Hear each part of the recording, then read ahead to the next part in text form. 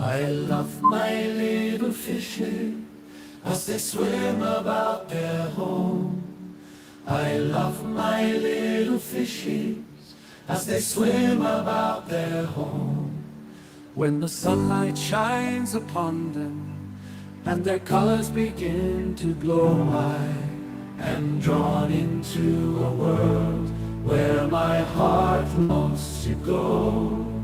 I imagine scenes of beauty and feel the warmth of love. I love my little fishes as they swim about their home. I have traveled the world over, but never found a peace that comes from watching my fishes as they swim about their home. My heart is happy and I am content to sit and watch them swim. I will not be alone while these fishies are in my home.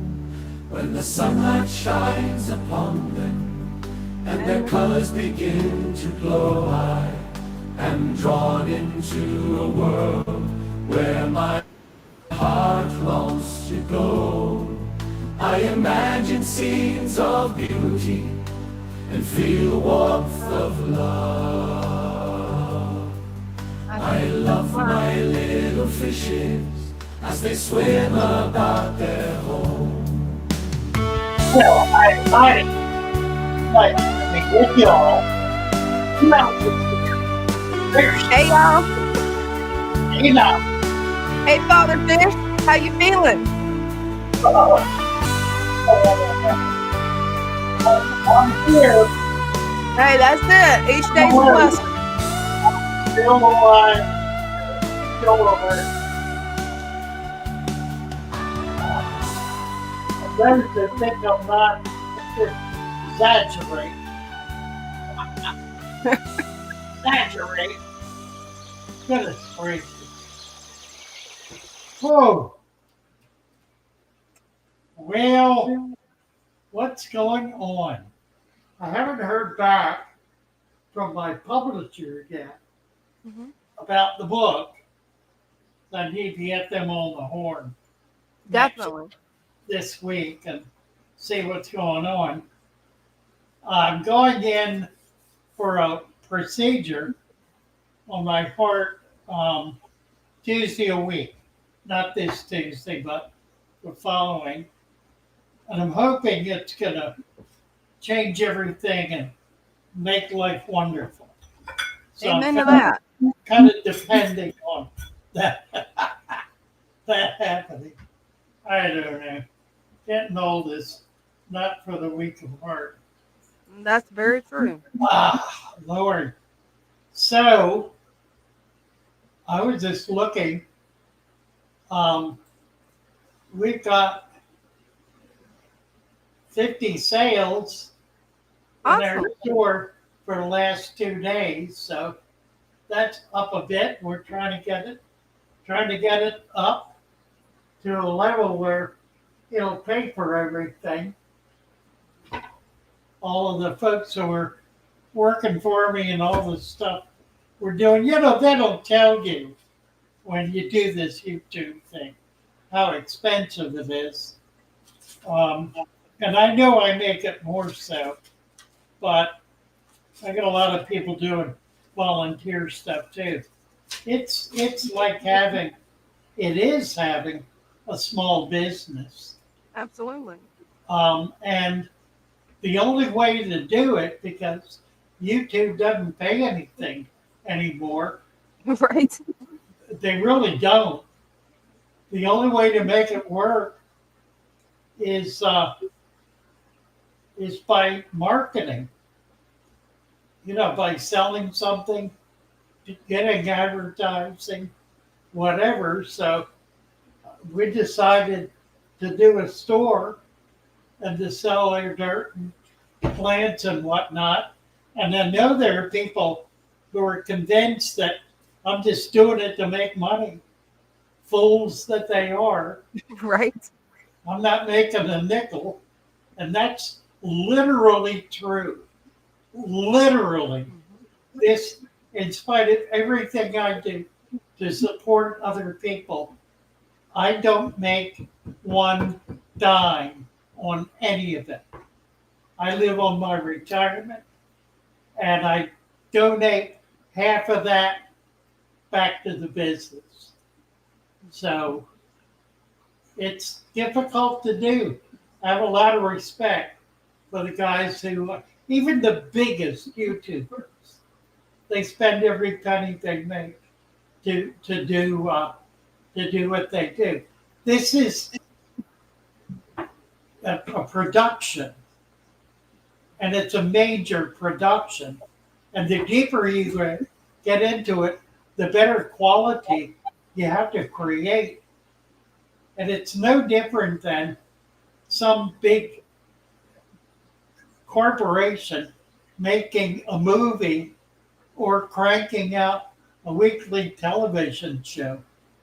It may not cost millions to do it, but it certainly costs thousands and generally tens of thousands a month to make it happen.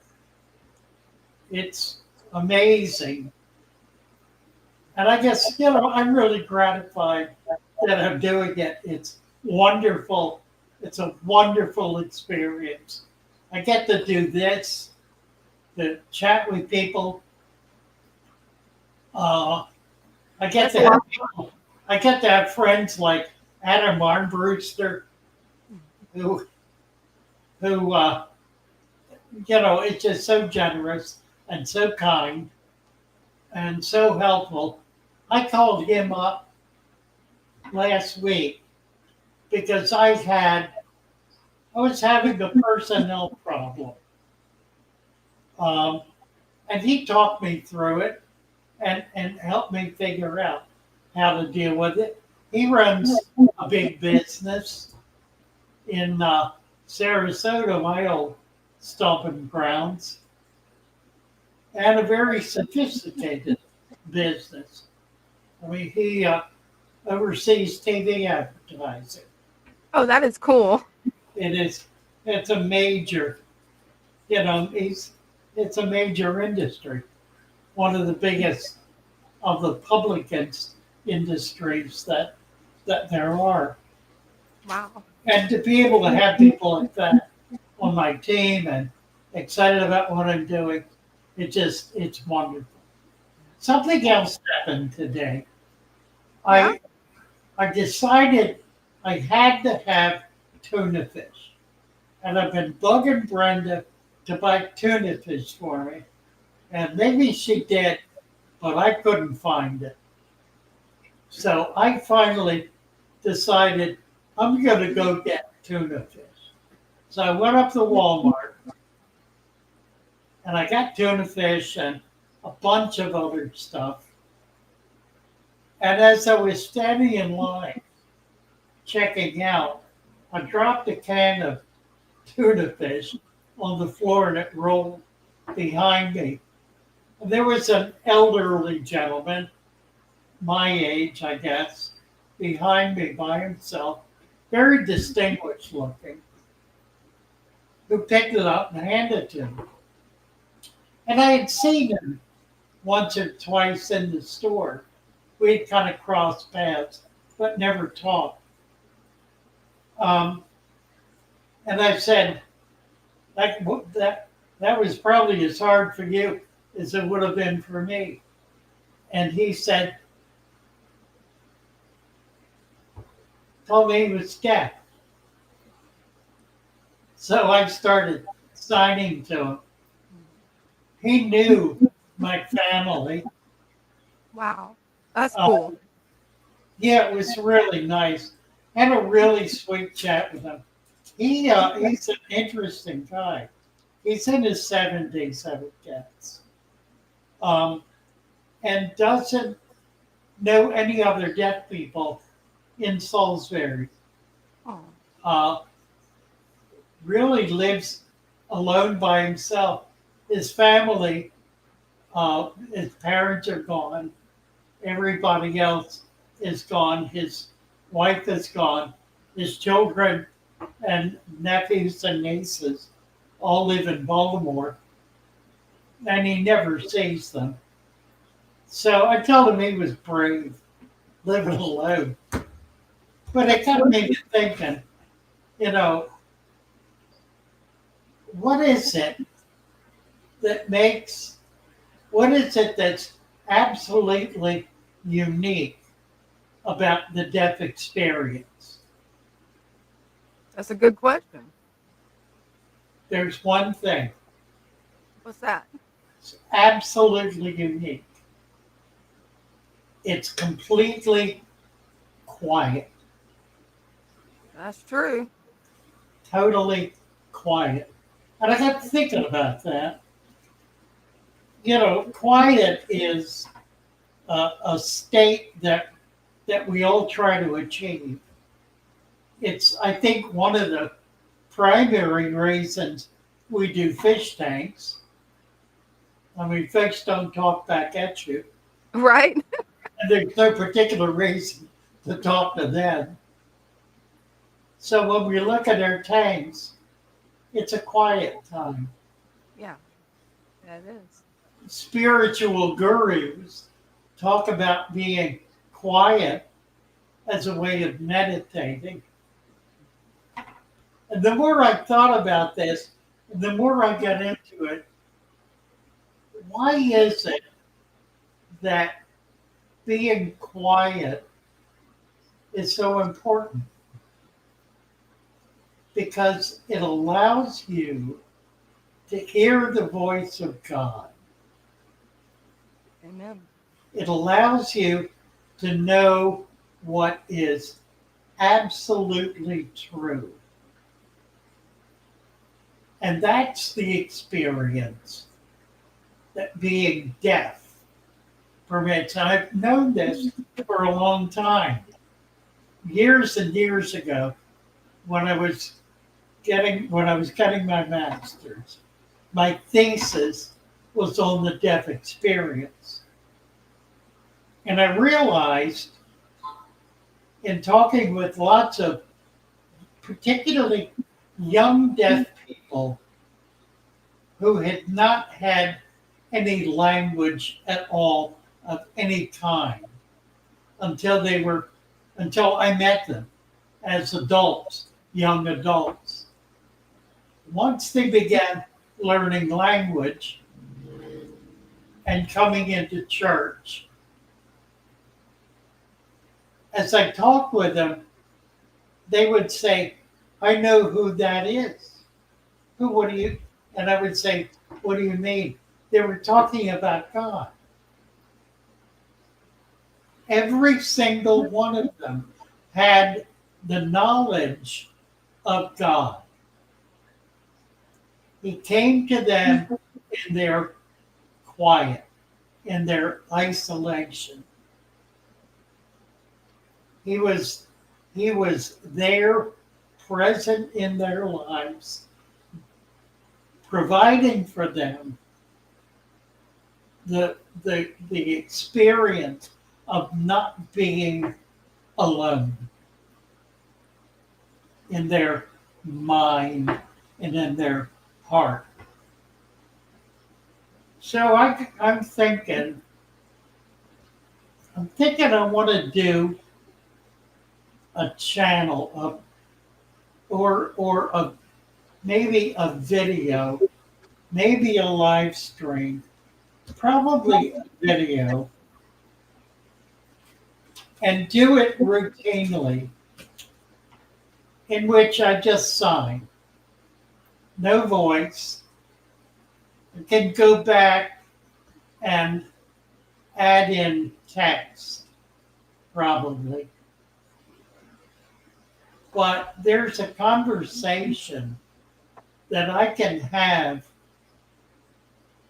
with people who are deaf that I can't have if I'm also verbalizing it. My father, when he started in ministry, the man who brought him in was a deaf man. And so their services were completely in sign language. If there was a hearing person there who didn't know how to sign, my father, even as a child, was asked to interpret. That's an interesting start to a thought. Tell me more. What about your father as a child? I'm here to listen. What's going on? I'm hearing a funny Yeah, background. it's not on my end. What is it? I said it's not on my end. I'm not sure where it's coming from. It's AI having a conversation with me. That's weird. That Well, anyway, that was today. That was all this afternoon. wow, you've had a I busy may afternoon. do that. I may do that. I'll probably do it on this channel as a standalone series of videos. Maybe even do it weekly. I don't know, but I need to do something along those lines. It's going to depend on whether I get well. Yeah. That's my commitment. If I get well, then I want to be able to do that and also do a general chat format that'll be non-topical. It'll probably be about politics and religion because those are the only two things you should never talk about. So Right. anyway, all right, where are we? Mandarin Goby is here. Cecil Maybury, Dave Clifton. Sounds like a YouTube bot. Yeah, it does, doesn't it? It's weird. It only happened for one phrase, and then went away. And I don't have anything else open. I don't know what it would be. Yeah, that was strange. Let's see. I want to get over to YouTube so I can do some wrenches.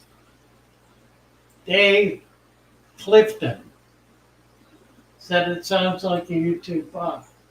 Something like that. Give Dave a wrench.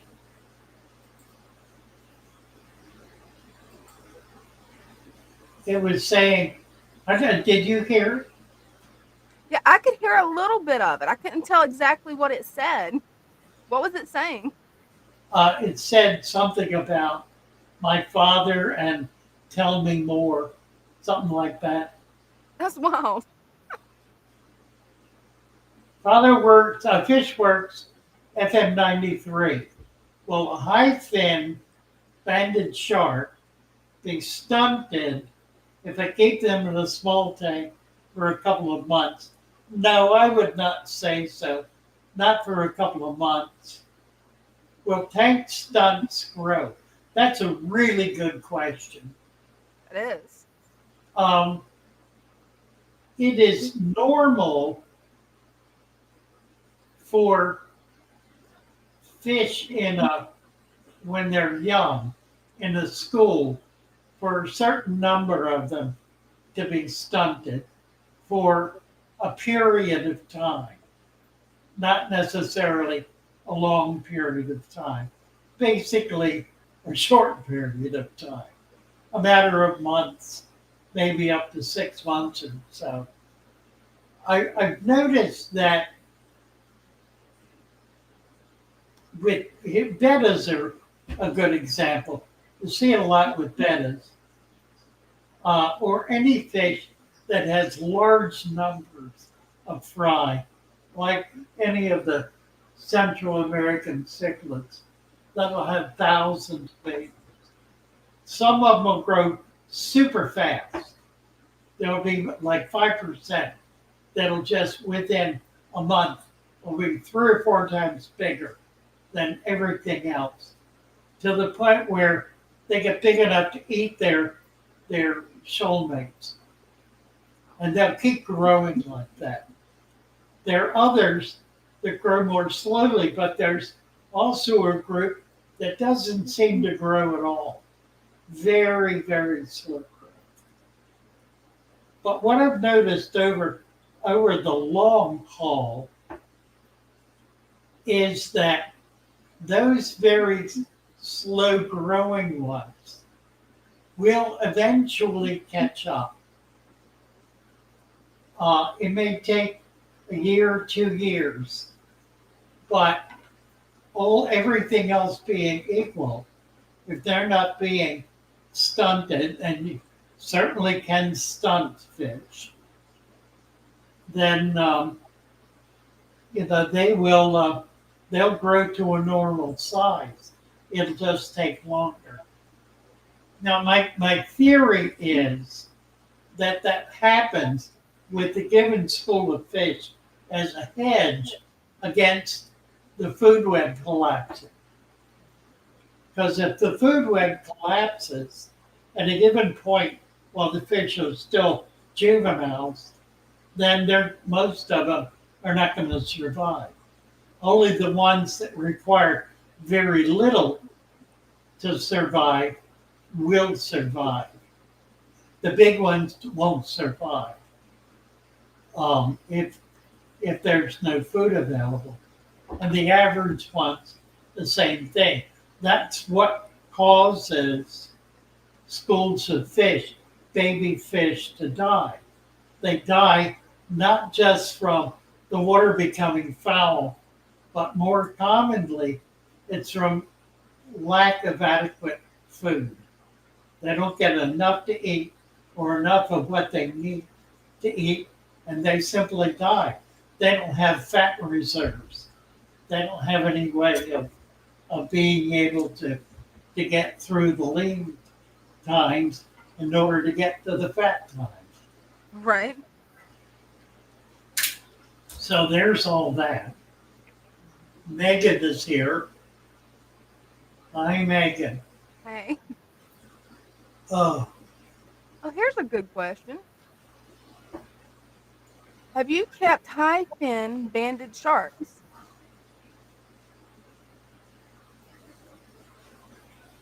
let me see if we're talking about the same thing here.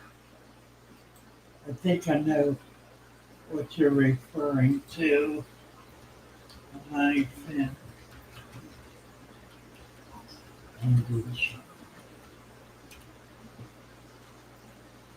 Let's see. Images. Okay, right. This is the, yeah. This is an interesting fish. Yes, I have kept them. I've had them occasionally. It's not a fish that I'm really interested in. Although with my current configuration, I really ought to have a few. It's a fish that most commonly is kept on koi farms That's interesting. because it gets very large, like 2 to 3 feet large. And what it does, it completely changes its morphology. It doesn't look like what it is as a juvenile. It loses the big dorsal fin. Its color pattern changes. It becomes more rounded. It really looks more like a koi as it gets bigger. But it is a catfish, and it eats larger prey. It's used primarily in koi ponds to keep down other small fish that would otherwise harass the koi.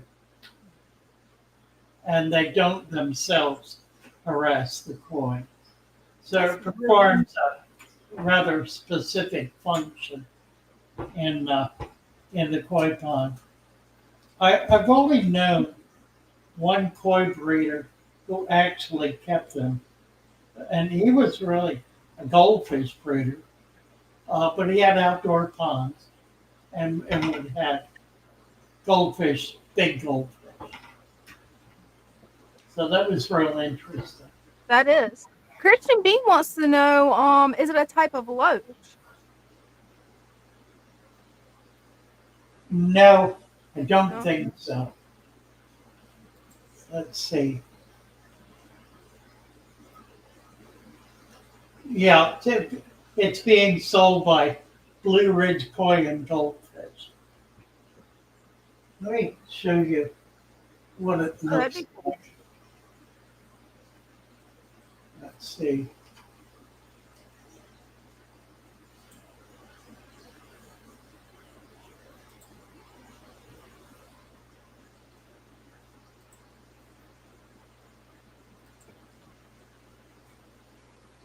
We got it up. Not yet. It's got the song up. Let's see. There There it it is. is. Okay. Let's see. Let me get over here. This is what we're used to seeing in the shop. That's Mhm. 2 to 4 inches, maybe up to 6 to 8. Here's what it looks like Oh, wow. Looks totally when it gets different. big. That's impressive. That looks like two different species almost. Oh yeah.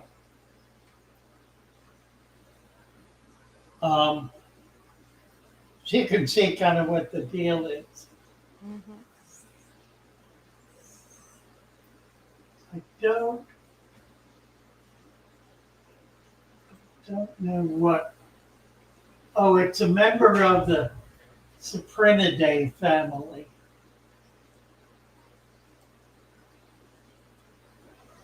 That's interesting. Let's see.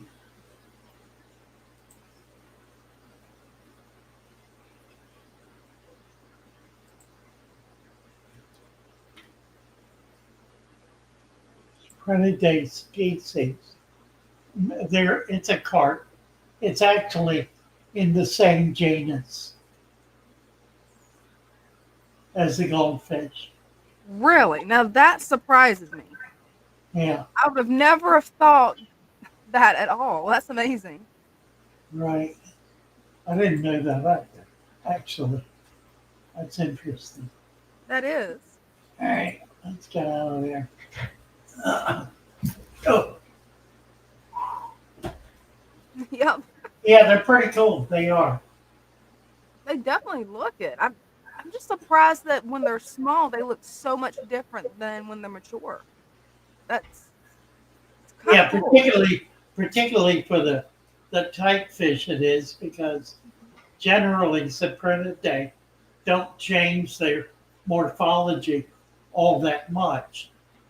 Um, fancy goldfish will become fancier, but Mhm. with basically the same body type.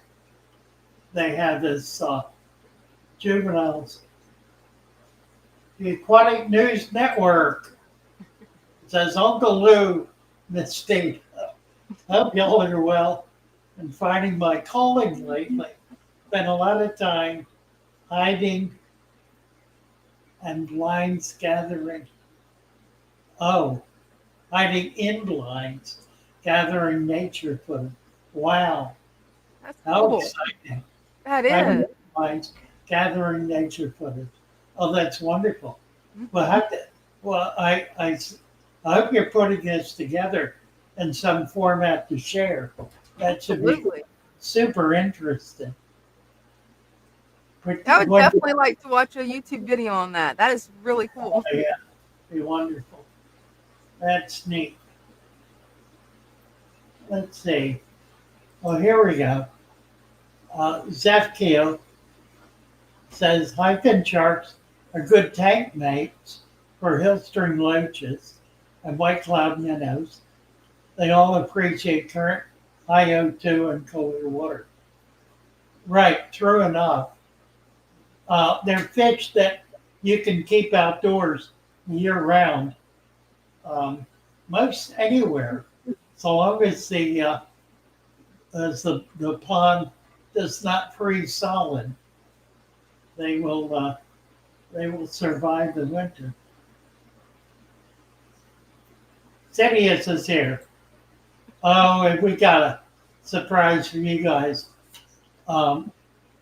Tomorrow, Sirius is posting a video about something I've thought about often and thought about doing as a video. And we chatted about this a bit. And it was his idea. But it's the, I got a title for it. Yeah? I got a title for the video.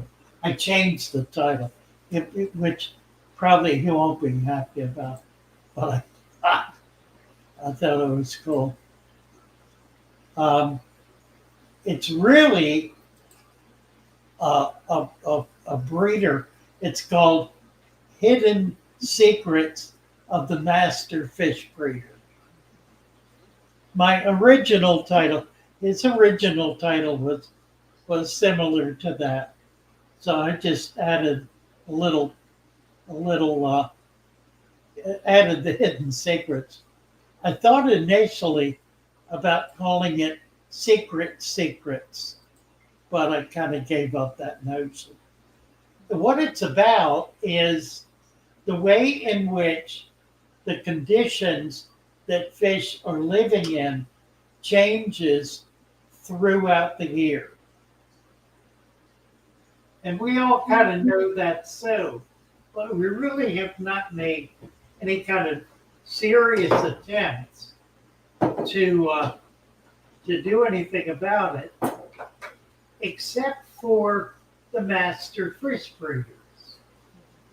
And they all know all about it, and they all do it. And it's the dirty little secret that they absolutely won't tell you about. Can't wait to learn more about it. I'm excited for this video.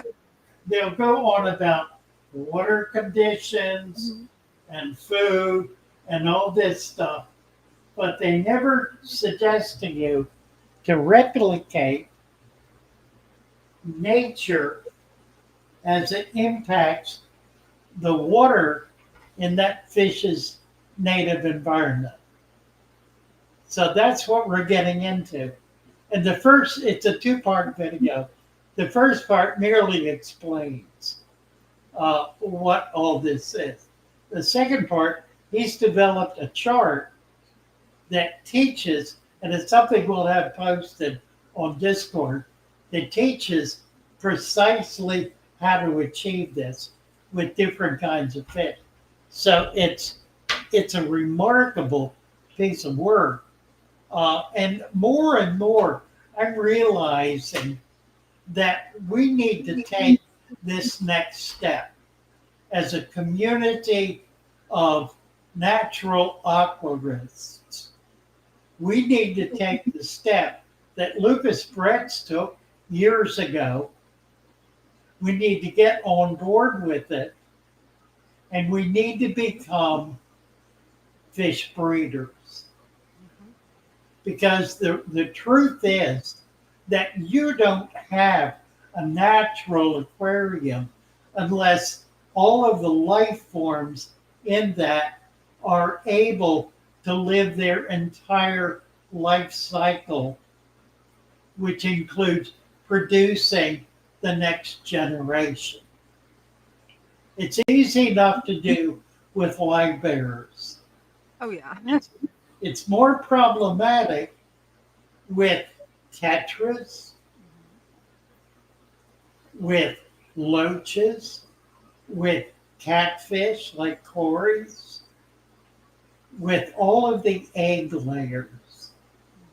But it is not impossible, and typically is not difficult if we're creating the right environment to make it happen. And we're like, I believe we're 90% there. I'm excited about what Ryan is opening, the door that he's opening for us, and the Definitely. opportunity, because I know so many of you really want to be able to breed these fish. You really want to be able to breed tetras. And there's no reason why we can't. I mean, those little buggers are throwing eggs every day in the fish tank. Right? Every day. And we're missing out on it. And Hmm. there are a few simple things that we're going to be able to do that are going to make it possible for us to actually have that next generation of fish growing in our tanks. So be on board with that. Get get keyed into it, because we're going to work together to make that happen. We're all going to become master fish breeders. So there, Love it. right? Yeah, that's definitely going to help me out with breeding my rice fish. And I've been trying to breed my green neons as well without any success at all. So I'm Well, looking forward to this video. yeah, I am too. Well, the second one will be, it's going to be weekly, but then we'll be following up with a lot more very specific plans and very specific things you can do to trigger breeding. Let's see. Brandy White says, "Are there any fully submerged plants that would survive in a full shade lily pond? The pond of my porch fed a deep substrate." Um, full shade. Well, you're saying it's a lily pond. Lilies require sunlight. So are you saying it's full shade because the lilies, the lily pads are covering the water surface? Or is the pond in a fully shaded area? Those would be, and if you have lilies, then it's obviously not in a fully shaded area because the lilies, as I've said, require direct sunlight. So I'm assuming that you're talking about full shade based on the lilies. And the best way, fully submerged, you want. I think that there are plants that will survive in very low light environments, but they're certainly not going to thrive.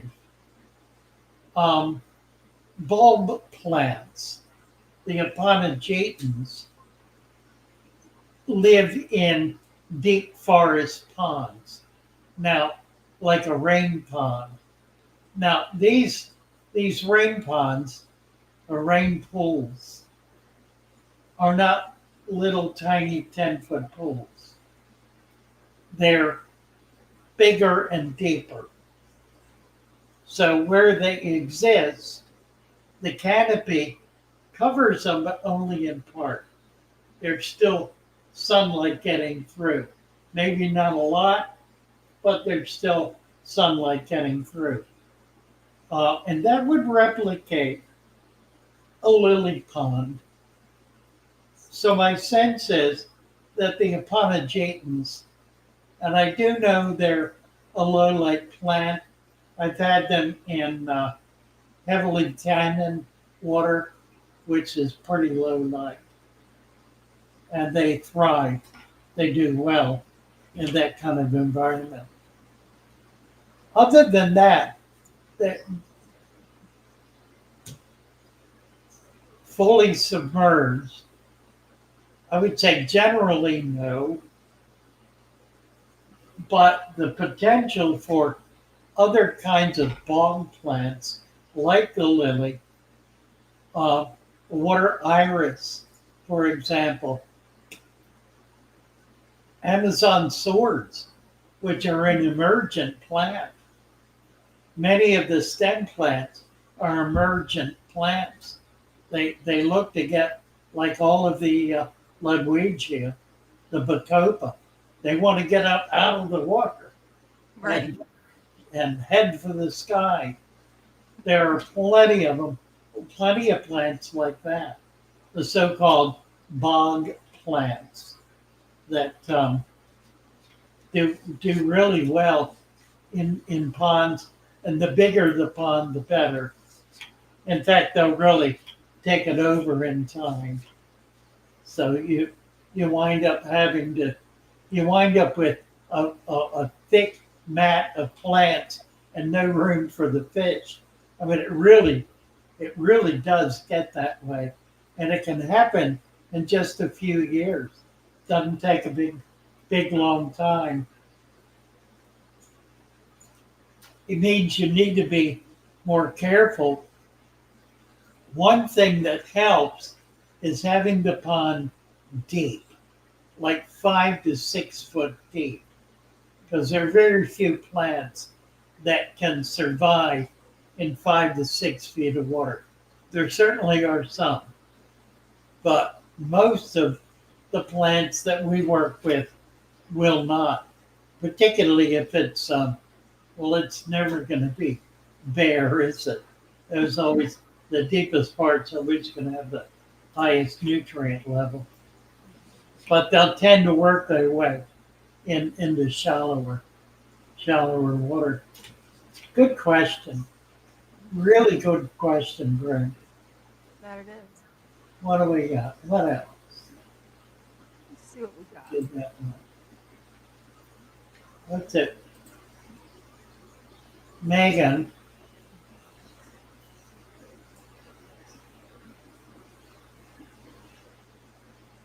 Oh, that's interesting.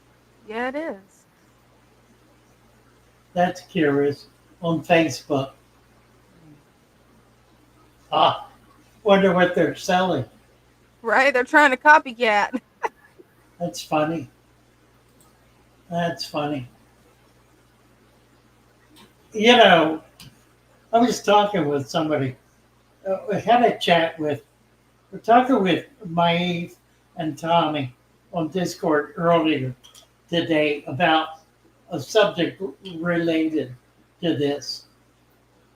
The formula for our supplement, which is about the most sophisticated thing we do. There's some people who claim who are just utterly foolish about it and say it really doesn't do anything and it's really just a scam. Those are ignorant people. They're stupid people. They're negative, hostile people who deserve nothing better than to be ignored because they have no idea what they're referring to. The reality is that the Wolstead system fails, and it fails with absolute consistency after about a year because it depletes. And if you read Dina Wolstead's book, she makes that claim in her book that the just plain dirt tank will deplete of nutrients in about a year. The supplement overcomes that. And it does it by adding an excess amount of basic minerals and biological material that will survive, will be used up slowly and will survive for years. I estimate 5 years. That's really a function of the plant growth and the biological activity in the tank. But it certainly lasts long enough for the food web, the life cycle, to begin to develop in a substantial enough way that nutrients are being replaced by the breakdown of plants and animal life. And that animal life it's primarily microbial. It's not primarily dead fish. Although if you push your small dead fish down in the substrate, one of the more popular videos and controversial. Amazing how many people consider that an act of horror. Nevertheless, I didn't realize they did. oh,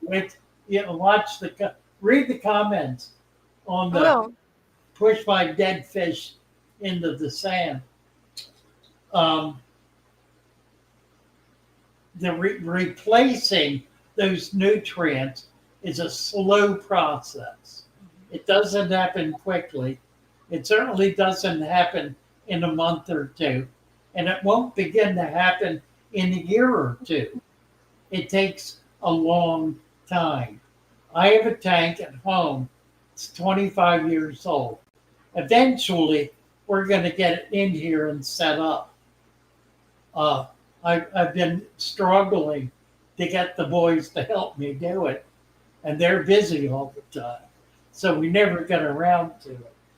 But I have now neglected that tank for about 6 months.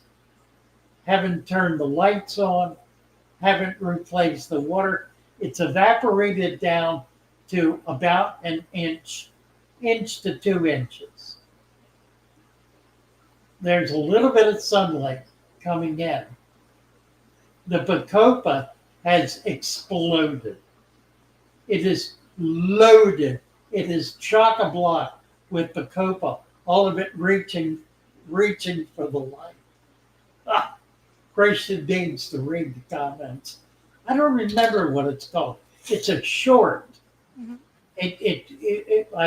I did a longer piece, but there's a short about dead fish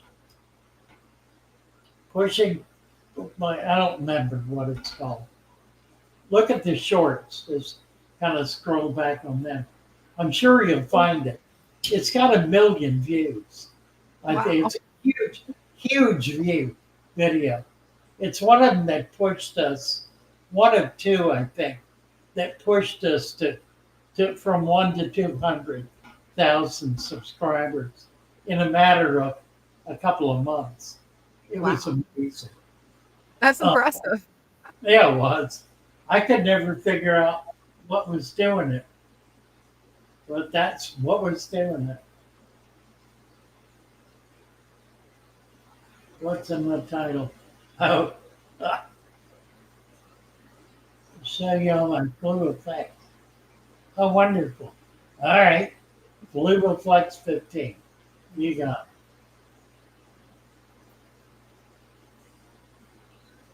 Let's see, what's this?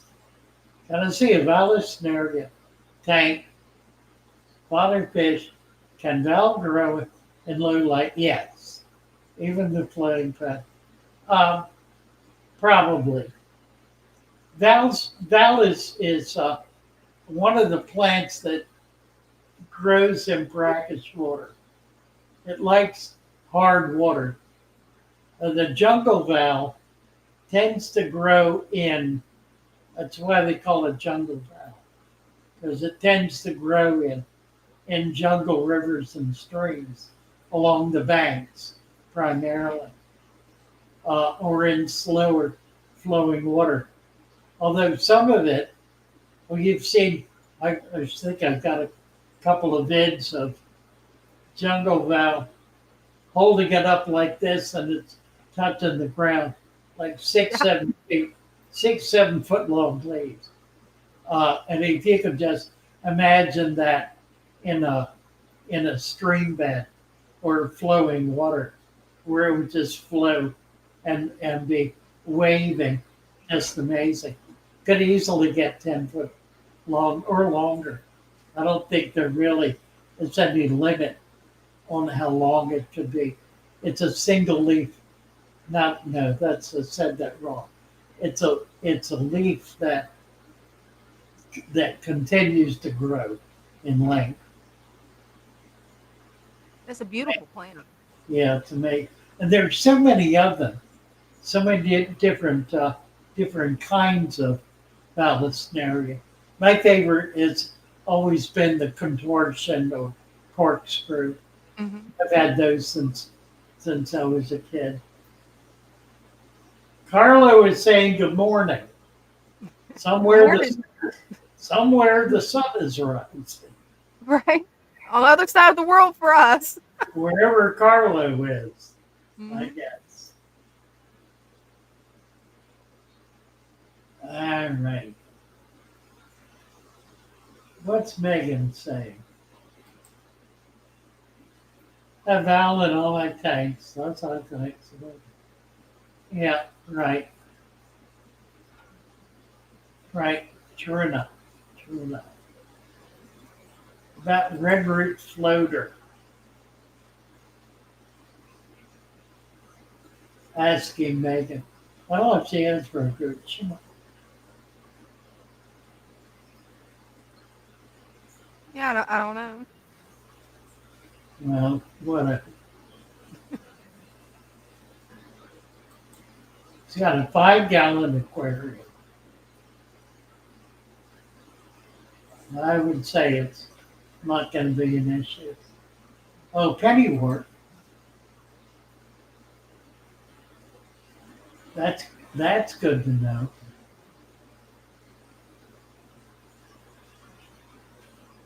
Yeah, ground cover in forest ground cover. It's like forest ground cover. Also, water refracts light. Doesn't absorb light.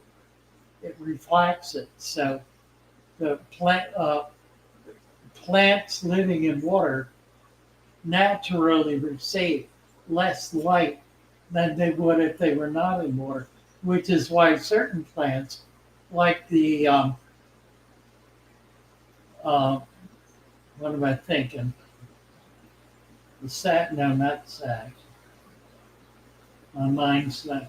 It just the brain suddenly went click, and it turned off. Hey, All it right, happened. get it together here.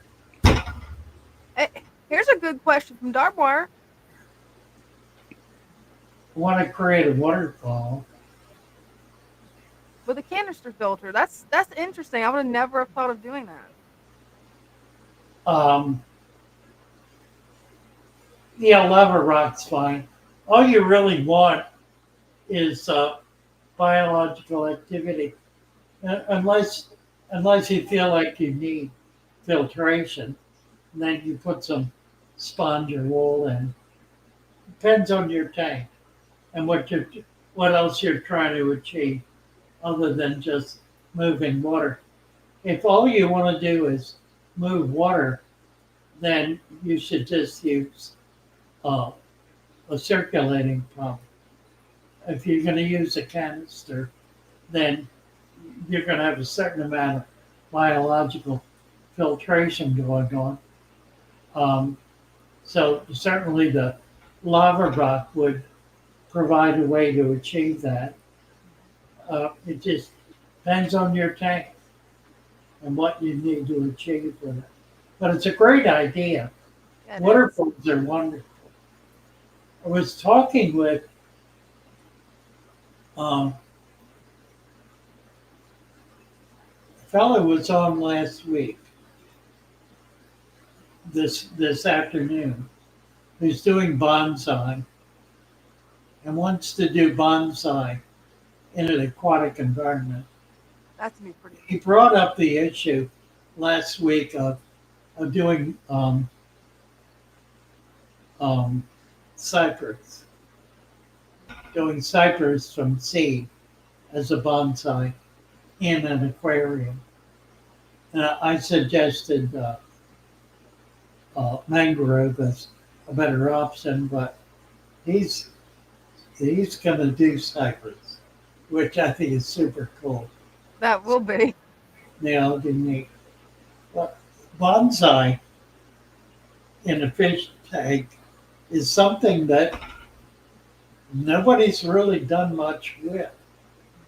And it's enormously, the decorative potential is really wonderful. And it lends itself to a natural kind of environment. So, it's something we really want to get involved in and follow those folks who are working at a male betta to a sorority. Hard to mixing males and females. Well, yeah, it'd be easy to say, just throw it in. Here's the issue. If the female bettas are more than a year old and they've never been bred, the likelihood is they won't.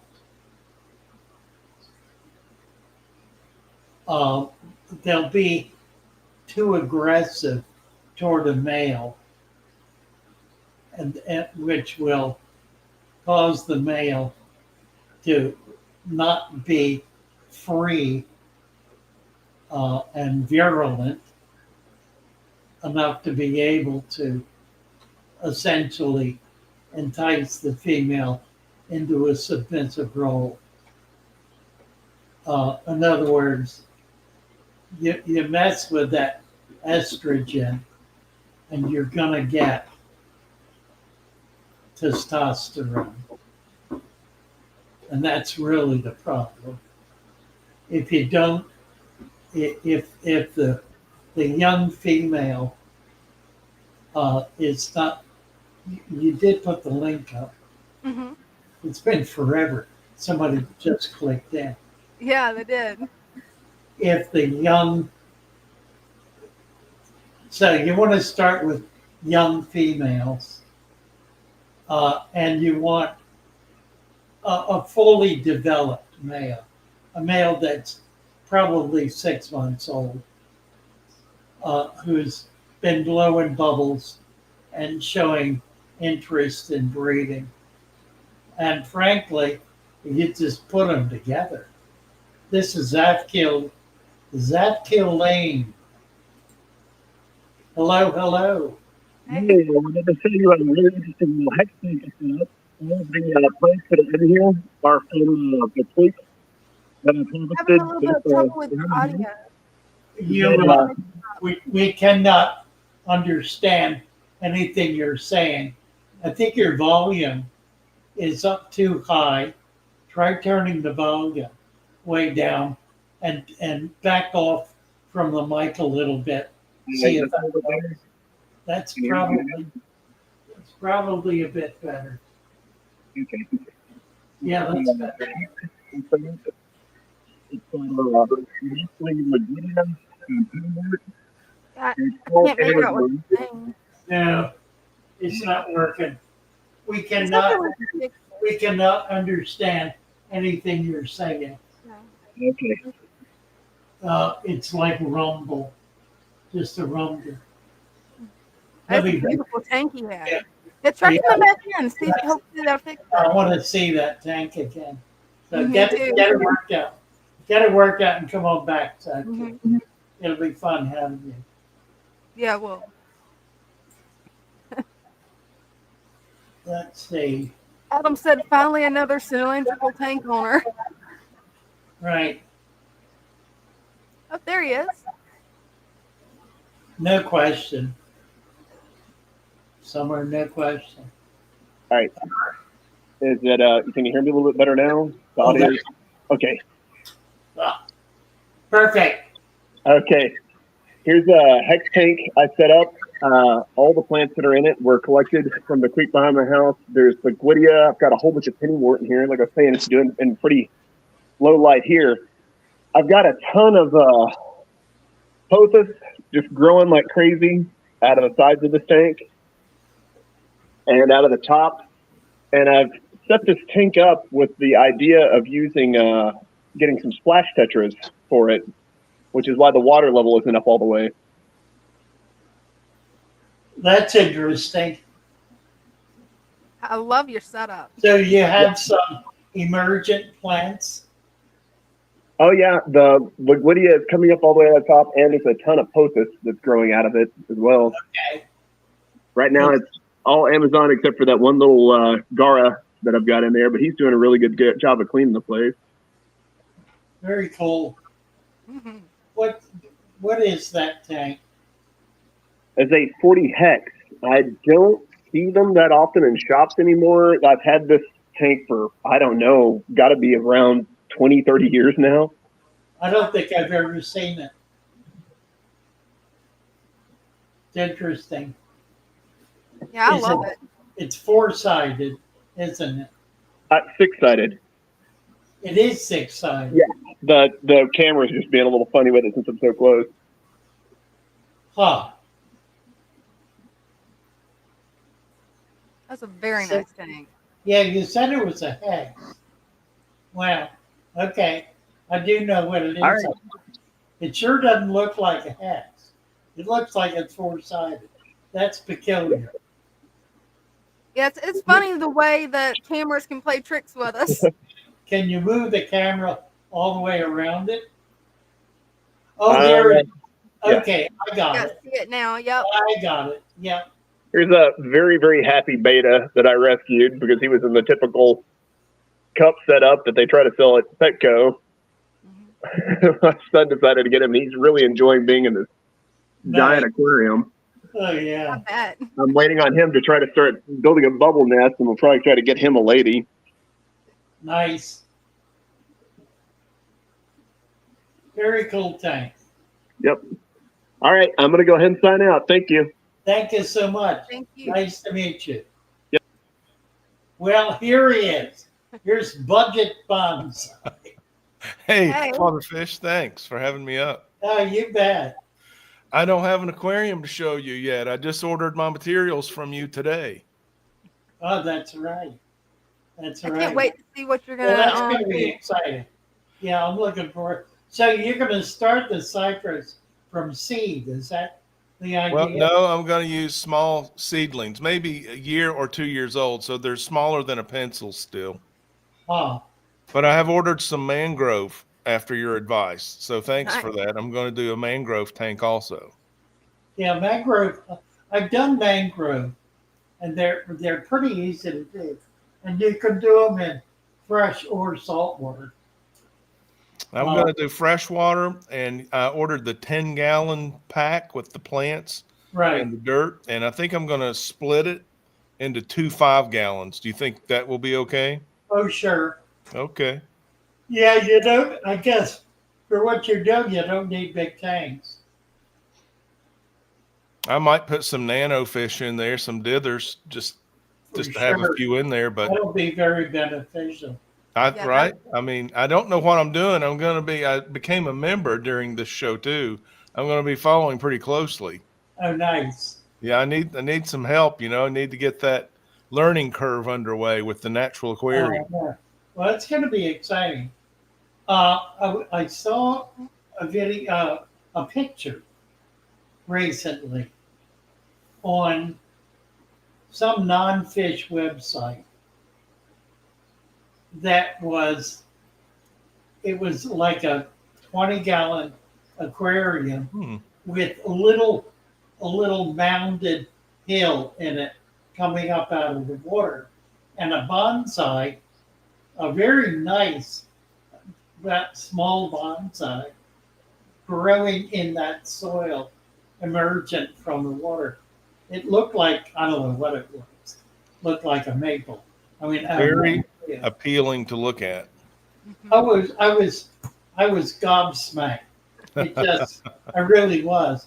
It was so stunning that Glad it to made hear me it. realize we got to do this. Well, I'm seeing some people use they use water in a water dish for a moss garden, and they're starting to incorporate some plants, even aquatic plants, above the surface of the water. Ha! It was not, they're not using enough water to make an aquarium. And my feeling is it's just so when the water films over or whatever, they can pour it out and only have water at times they want to decorate with the water. And I thought if they could do that with your technique of natural aquariums, you could just leave the water in there indefinitely and submerge the roots of the trees that enjoy being underwater and just Yeah, have both you worlds. gotta have wet foot trees. Yeah, keep their feet wet for them. And Absolutely. I love my, you remember me, Lou, from River Life YouTube channel Yes. that became Pond Life. Pond Life is still active with my Uh, 5,000 gallon koi pond in the backyard. That's so Japanese. I've formed a Japanese garden around it. So the bonsai is kind of an extension of that. And now the new channel, Budget Bonsai, I'm looking to fuse the fish fam that I'm still a part of with my new bonsai community. that's And exciting. here's the project. So I hope to do several and they do well. And I want to keep you posted as long as you stay interested. Oh yeah, I've been fascinated by bonsai my whole life. I don't have any, um, but it's something. At one point, about 50 years ago, I did have a bunch of them, and actually studied it, learned more about it, did some training, Mm-hmm. um, and was building. And then you know how things change. Life happens. I kind of lost it. And Each- never really got back. But I did when I had my shop in Venice. I Mhm. was doing mangrove, and I had relatively shallow tanks. Right. They were 8 to 9 inch deep trays with Okay. a pretty deep substrate, and I could get all of the these were the long, what's that, the long seed mangrove, I think. I could Okay. get shoots that were a foot long Mm-hmm. and stick them down in there, and Yeah. they grew. Actually, I was doing it to sell them, but they did quite well, and those that were in there for a year or more developed massive root systems. Cool. Was that indoors? Yeah, it was. Did you have light for them or just ambient light or a window? I had a lot of light. I was Okay. actually growing coral in those tanks, and it was saltwater, Mm-hmm. full salt. It was full salt. It wasn't brackish. Nice. I noticed that if they were growing for any length of time in salt, you could not put them in fresh, Okay. but you could start them in fresh. I remember when I worked at Moat Aquarium, we had a tree growing in a freshwater pond, and it was a mangrove. At the time, it was not real big, only 5 or 6 feet, um, but it was definitely growing in a freshwater pond. I'm going to grow mine in fresh water and see what happens. I don't know what will happen, but I'm going Well, to the find out. cypress will be fine. Oh, yeah. Yeah. Yeah, that's a freshwater. And I saw in chat, someone mentioned the sequoias. Was Really? it Adam Armbruster that mentioned the sequoias? Huh. Yes, it was. And so that's not a tree on my list to do, the sequoia, but a close relative, I believe, the dawn redwood. I'm going to do also submerged. Wow. So, I can't wait to see that. I've been trying to grow a Dawn Redwood bonsai, yeah. and I keep failing at it. I think I've maybe picked one that's easier, probably. Your name is Dina. Mm-hmm. Dina, imagine if you find one of these plants, and I don't know why it didn't occur to me sooner, that likes or tolerates wet feet, Mm-hmm. and you build it a natural aquarium that doesn't have to have water changes. everybody's happy, right? Right? And you can tell the fish community about it. Oh, definitely. I'm already considering this a collaboration, Father Fish. Thanks for your help. That's exciting stuff. It really is. I can't wait to see what you're going to create. Well, I'm an artist. That's what the IRS thinks I am. So my creativity is going pretty boundlessly right now. Definitely. Yeah. And And who bonsai doesn't love really a is an planted art tank? form. That's the prettiest thing in the house is a planted tank. Oh, Oh, absolutely. yeah. Absolutely. And bonsai is a beautiful art form. It really is. I concur. Takes a And lot my of patience channel, to get there. Budget Bonsai is for the people, Dina. You know, it doesn't have to be expensive. You can spend a ton like any other hobby, but it doesn't have to be. We had a fella come up here once about a year ago whose his father had bonsai, and it was one of these massive, highly artistic collections worth probably hundreds of thousands of dollars, and some of which were hundreds of years old. We didn't learn much about him, but he did show us the garden where all these were potted and growing on essentially walls, as I remember.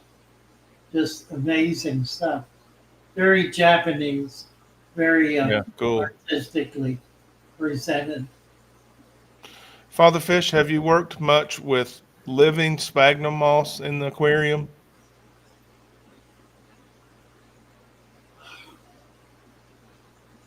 No, I've got some going now in my um,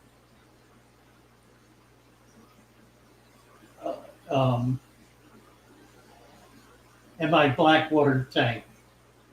Okay. It's emerged and it's growing. I've got a big tree coming up out of a really a stump, a dead stump coming out of the water, and I've got some that's beginning to grow on it. But no, I haven't. There are a lot of mosses that would adapt to this very nicely. I've got a bog full of carnivorous plants, Oh, and nice. my sphagnum, my living sphagnum moss has just been going nuts. So I'll probably incorporate that into my bald cypress and dawn redwood tanks. That would be nice. Yeah, I've got one carnivorous plant in my paludarium. I don't know. Yeah, I have to move that. You might be able to see it. I don't know if you can see it, but I love Barely. carnivorous. I can barely see it back there, Yeah. Dina. That's actually one that my brother collected from his swamp. Do you have the sphagnum moss in there? Sadly, no. My brother's supposed to bring me some, but he keeps forgetting. Well, I'm rackcross@gmail.com. If you want to send me a shipping address, I'll send you some. Oh, that would be great. You got Thank it. you. Yep. Yeah, I'll be glad to do that for you. Yeah, I appreciate it. Yeah, I've been working on I wanted my turtle paludarium to have carnivorous plants because I've got a little area of land for them. Perfect. And I don't know, I've just always loved carnivorous plants. So the cool. second my brother said that he could bring me some from his swamp, I'm like, oh, thank you. Yeah. I was down in North Carolina last summer and went to the Carolina Beach State Park and saw the native Venus flytraps and sundews. That was pretty cool. That'd be amazing. Hey, Aquatic News Network. Nice to meet you. Yeah, I'll do that for you, Dina. And in that bog, you know, it's just one of those low boy stock tanks like you get at the farm store. And I filled it with peat moss in the bottom and then the sphagnum moss on top. And over the years, there's a couple of trees that have volunteered in the swamp or the bog. It's super wet, but it's a red maple and a sweet gum. So I think those two trees are also going to tolerate wet feet in one of these new natural aquarium bonsais that I'm going to try. So I've got a list. Actually, I got about 14 trees on my list to try. Nice. Hey, I Yeah. can't wait to see what you do because that's really exciting, I know. And the worst that can happen is I fail, right? right? That's And it. I'm over worrying about that. Hmm. If Really? it works, we got something to talk about. If not, it's great conversation. Right? Yeah, Well, it's gonna be fun. That it will be. I agree. Thanks for helping out, Lou. I really appreciate you. You bet. Well, thank you very much. I'm gonna get out of the way now, but I'm glad you let me introduce myself and the project, and I'll be giving you updates as soon as I have them. Look forward to it. Yeah, Okay, definitely. so long. Thanks, Dina. Don't Bye. forget ratcross@gmail.com. Got it. Thank you. Nice. Well, we got Button. Ollie but here, but his camera's not on. Ollie, we Hmm. need camera and mic Yep. to be able to get you up here. I'll be right back. Let's see. Oh, there we go. There he is. Hi there. So I started my tank about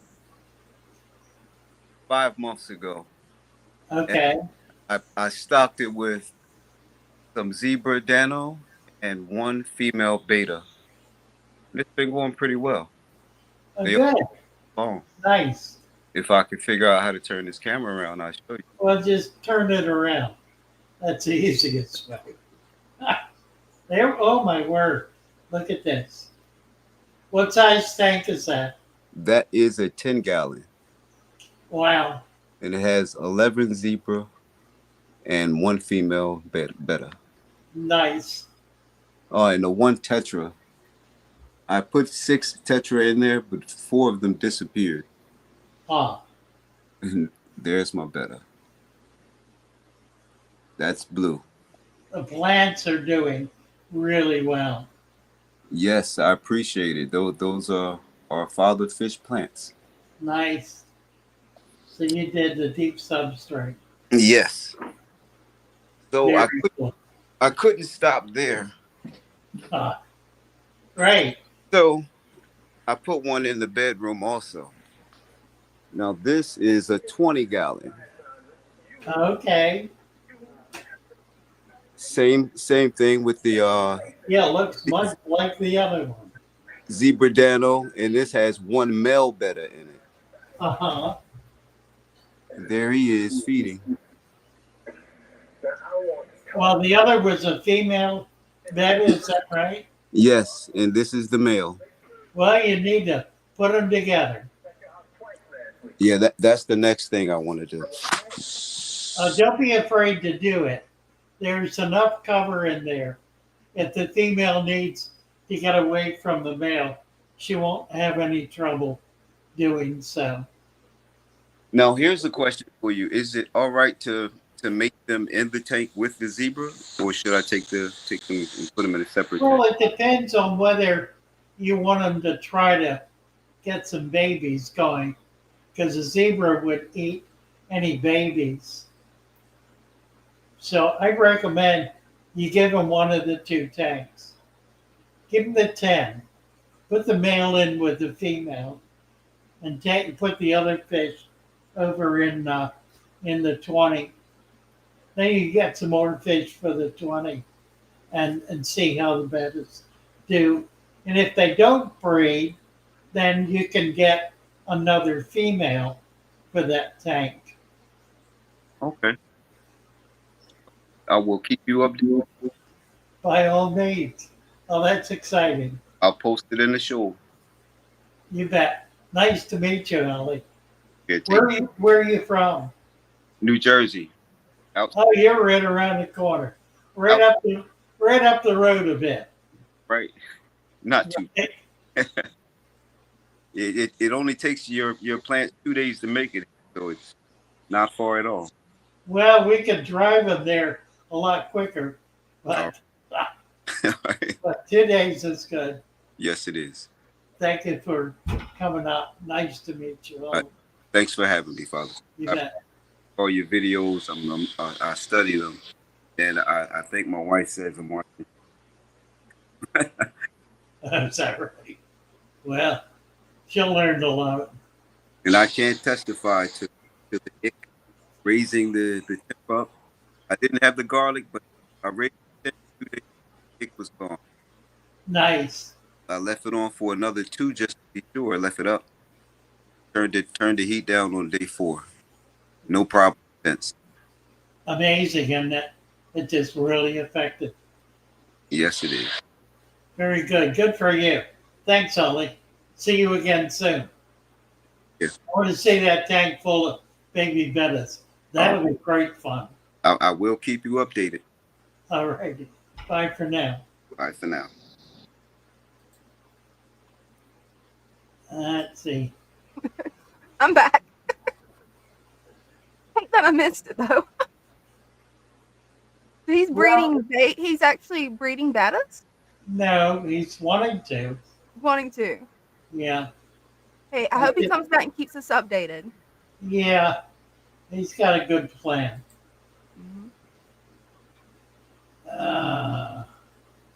See, Brenda's here.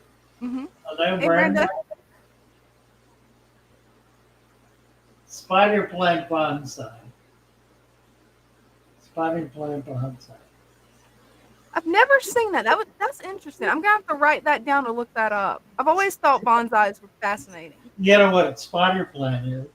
Oh yeah, I've got several. Yeah. I got one, but it's not in the water.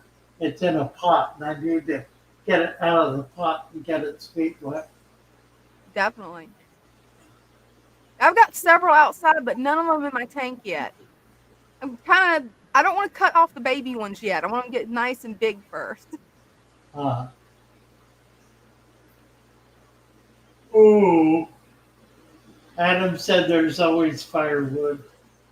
Right.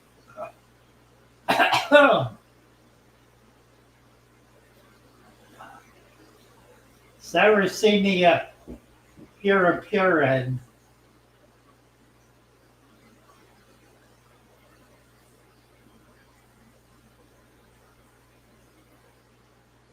There we go.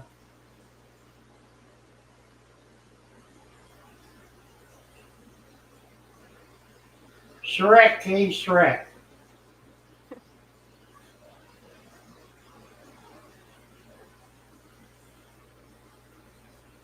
Ooh.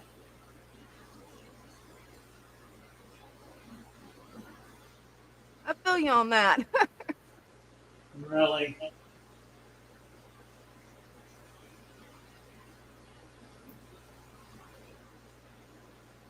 Looking at the chat here. Yeah, Willie Bond 0007 says, guess what I got today? I'm curious what he got. I'm pretty sure it's probably going to be a new fish.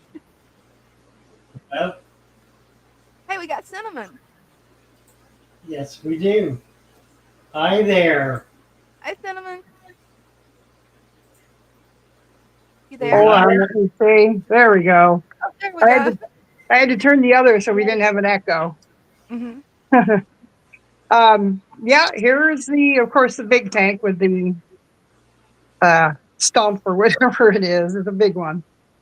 Where did he go? There's my angel.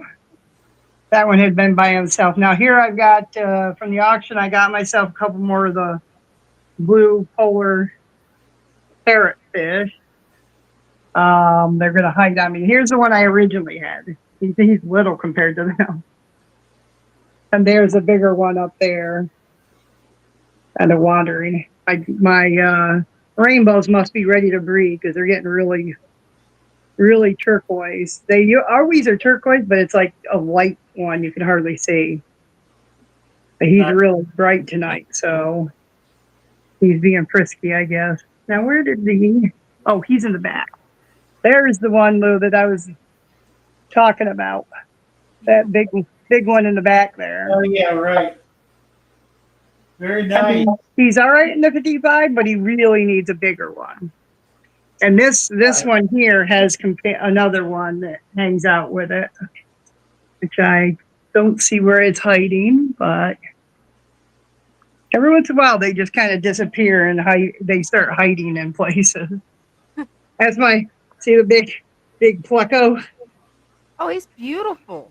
Yeah, he's a bristle nose. There was a female, yeah, the female with him, although this one's a female, but that's not the one. He has one that's closer to his size in here too. Let's call that one Big Blue, this guy here.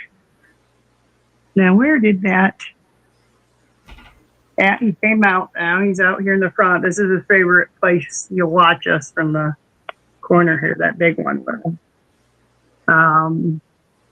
Okay. Oh, look at the crebenza. He has been absolutely gorgeous lately. His fins on the bottom are blue. I don't know if that's normal or not, but he's just beautiful. Hits just the right light in his fin on the bottom. I've got two of them, but one I think is like not as dominant male. This guy here. I love that tank. That community tank is. Oh yeah, it's one of my favorite. In the top there, you can see some more rainbows hanging out, and then of course my yellow wonder killifish. And among everything is some what do you call them? Bettas. There we go. And then I've got a couple Bolivian rams, a male and a female, that I moved over here because they were fighting with the other ones. So this is one of my. I'm wondering where. Every time I do this, I start wondering where the other angel went to, and it pops up. Right. Because sometimes they like getting down behind the log also. Oh yeah. All right, let me show my other. Here's some others that I got at the auction. Now this tank here has my bonded pair of angelfish. Oh, nice. They've laid eggs, but they've eaten them twice now. So I'm hoping they change their minds about it. Now this here is a balloon ram that I got. They're starting to color up really good. And then I also had gotten myself some of those firemouth cichlids. But somewhere here. And then I ended up putting by mistake my crebenza, which I was hoping was a female. That one looks maybe male, but the other one looks like a female. Okay, here's I'm going to go in the back, the Acaras. Father Fish, right back by the sponge. You see it? Yeah. And then there's another one in the back over there. And then those are platies. They're a mixture, though. They're sunset with Dalmatian platies. Oh, nice. That they had that I decided to. There's little ones, too. You can see them down in the rocks and stuff. It's a perfect tank for them to hide out in and hide from others. Yeah, there's another one of the Acaras. I think that's a male, to tell you the truth. It's been more dominant than the others. All right. Down here are the ones that I'm not, the angels that I told you about, the zebra ones that I've been going back and forth with on teaching them. They're zebra lace angels. Oh, nice. This is only a temporary tank for them. This is much, too small. In a short time, they're going to be too big for this. So they'll be in the 55 once I use some. I'm starting an outdoor tank that's a 55. Then I'm going to move some of the cold tolerant ones from their main tank. So it makes a little more room for the angel. Because I think angels, Lou, aren't angels, they like warm water? they can tolerate cooler water. Oh, okay. Well, maybe they'll end up in that 55, but that's going to be a holding tank for a little bit, and then it's going to be made into a community tank. I'm trying to make it all natural. Yeah. Now in here also, and they're hiding, of course, now, I got from the auction 2 bettas, scarlet bettas. Oh. Yeah, and I don't know where they went to, but they like to hide. Right. They did come out when I had mosquito larvae that started in my pond that I'm trying to set up. So I've been taking and feeding it to everybody, and they came out for that. They really like that. Oh, yeah. So they all did. All the fish did. When I put it in that big 55 community tank, oh boy, they go crazy. Okay, and then on this side, in a smaller tank than they deserve to be in, is 8, what do you call them? Pearl scale koi that Lou is getting. So Nice. They're nice, yeah. right now they're not, they with the auction and all the changes and everything, they're kind of being real still. I took out there was a lace Java fern in there that they're hiding behind that I'll put back in once but I wanted you guys to be able to see them. They're kind of hiding out in there and stuff. So And once they get settled in, yeah, then they'll be yeah, a little bit more brave. and my other tank will be ready, and I can get them in a bigger tank, and they can, I have some of my own in there, and they can buddy up ones that are around their size. So I have some upstairs that I want to put them with. So now, last one is my Goodyead tank. I've got new Goodyeads. Hopefully they'll come out and show themselves. We got some babies. You can see tiny baby there in the front. Let me see if I can find it. It's a split tail with yellow. There they are. That's beautiful. That's the male and then the female. And they've already had at least one batch of babies, if not 2. Oh, wow. And I've only had them like a week or 2. Or 2 weeks. I've had them. They must be the same. I couldn't believe they can't in 2 weeks have 2 litters, or 2 of them. So it must be just smaller ones from the same one. But in the back, they're smart. They hang up in the guppy grass and the hornwort. Right. And the water lettuce.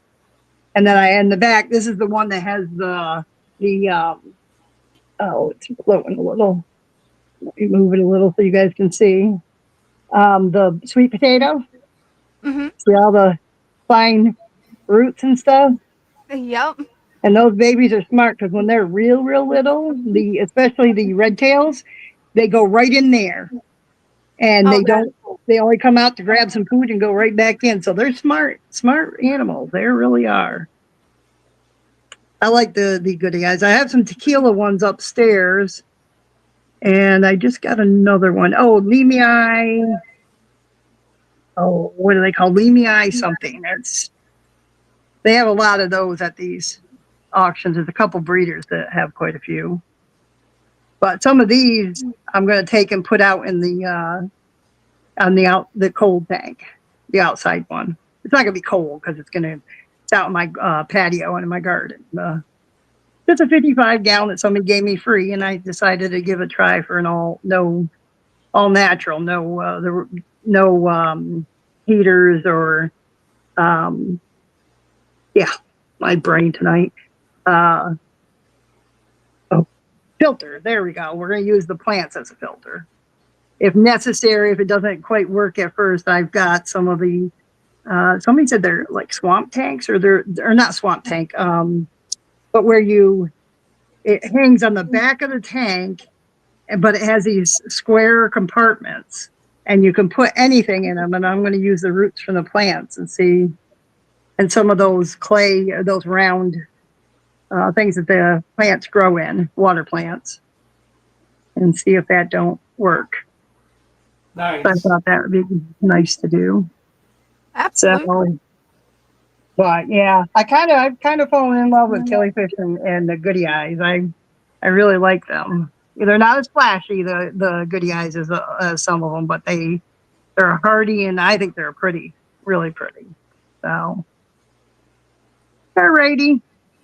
Those were everything, or at least I'll show you tonight. All Thank right. you for showing us. What's that? Thank you for showing us. I love your tank. Thank you. All right, I'll talk to you later. Bye. Bye, Okay. Cinnamon. Bye, Cinnamon. Mandarin Groby wants to know, can I use your substrate with organic potting soil in my 5-gallon tank with 2 inches of black sand?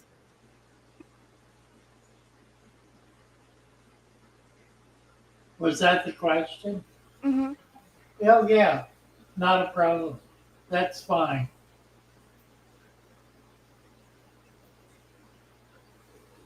Where's that? So apparently Willie Bond got a turtle. Congratulations.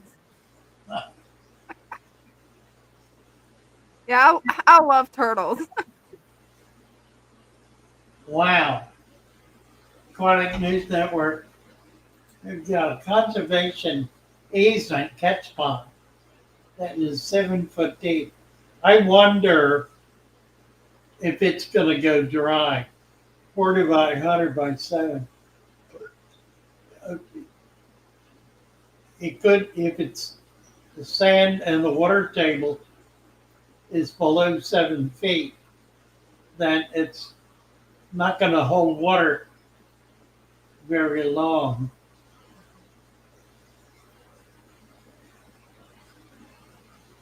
Hopefully that won't be the case. Hope not. But you will be able to grow a lot of plants. I don't know. That might be a problem though. The city or county might have a problem with growing plants in it Yeah. because that tends to cause them to fill in. Mhm. Not that that would happen quickly. It'd probably take several years, wouldn't it? It'd take many years.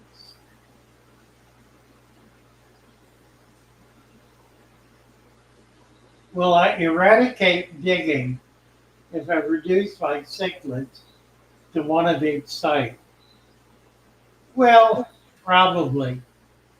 Most digging occurs after a pair, after two fish pair up and begin searching for a nest. I've got 2 pair right now. I've got Waru and chocolate cichlids that are both paired up and thinking about spawning. So we'll see. My black-eye art wants a wrench. How do I get a wrench? I give it to you. And I do that right this second. Sorry, I'm not paying attention to business here. So I've given it to you. It might take you to a little bit to complete the process. It all depends on when YouTube gets around to it. Right. Oh, we've got Ron here. We have Ron here. Mhm. They come in for. Mhm. Oh, sure enough. Hi, Ron. Hi, Father Fish. Hi, Dina. Good Hi. evening. How How are you are you? guys? Doing I'm well. doing all right. I'm doing good as well. I hope you're doing better now.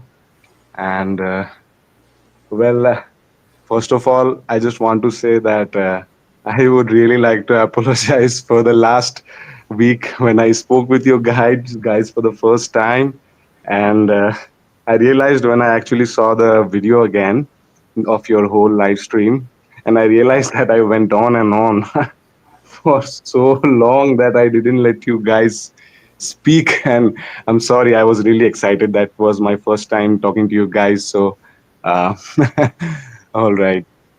So, yeah, Well, we make exceptions for excited people. Absolutely.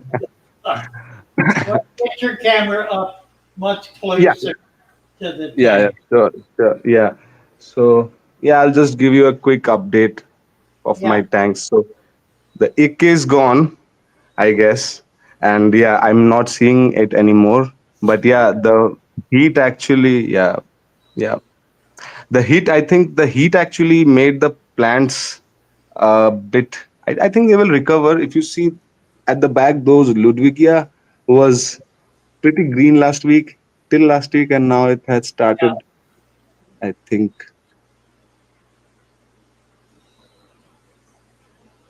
Can you see that at the this one? Uh huh. Mhm. Yeah, see that the leaf.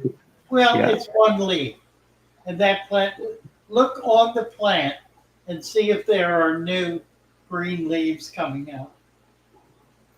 Yeah, I guess, yeah, there are a few green leaves coming out as well, and some of the anacris is dying, but then I'm not worried about anacris because they grow wildly. I mean, they are very Right. fast growing plants, the anacris. And okay, by the way, there is a big issue that I came across, and I don't know. I actually didn't know about it uh, up until yesterday when this happened. So I have got somehow dragonfly nymphs in my fish tank, and I don't know what to do about it. Yeah, so I just caught one and I have kept it here to show it to you just to make sure that whether it's a dragonfly nymph or not. See that? A little What bit is it? hard to see. A dragonfly. Mm. Yeah, it looks like it. Yeah, And I always remove those from my tank, but that's because I keep small fish like guppies and rice fish. And right, right. Even me, same Well, here. yeah, you don't have any large fish in there, so you were right to take it out. Yeah, but then what about, because see here, this is one, I guess, not I mean, I got this one here. See, I got two of them. So this one is in Different. the larva stage, if you see here. That's a nymph. That mhm. one's Yeah, and uh, hurt the fish. yeah, and this one is a little bigger. So I'm just guessing if this is there and this is there. So I guess there are a few more right in between those two, like in that life stage. I mean, oh, by the way, yeah, I saw one in the morning today, just after the lights. I turned on the lights, right, like after night. And then I think they didn't get much time to hide. So I caught them then. But I saw another one and it hid away. And I'm like trying to find it and I'm like going haywire. I don't know what to do. Now the little tiny one is it is not a problem. Okay. But the big one is right. The big one is, yeah, and I really can't tell what it is. Could you get down close to it so I can Yeah, really? but the camera is not able to focus. So this is it upside down. If you see, if I bring it closer, the camera will not be able to focus. And just a moment, let's try. That's a beetle. It looks like a beetle. But you see here, right? The head and the tail. I don't know. I'm not sure if it's a beetle because I don't know. I'm Well, not sure. beetles are problematic. I mean, I think you were right to take it out. Mhm. Okay, so I think there are a couple of more, and I don't know if there is any other way to stop them, like because I cannot like go They are ahead and they are not going to breed in there. So once you get sure. them out, you won't have Uh-huh. any more. Okay. I think they came in with the plants, right? I mean, I don't know because this tank is just 25, 26 days old, No, or they're not. maybe with the live food. Yeah, sorry. Yeah. Don't get paranoid. They're, Yeah, I think I'm getting too much paranoid yeah, with this. I think I because I didn't know about this till yesterday. So you know how Google is and how stuff is on the internet. yeah, So you need to ignore it. Ignore all that nonsense.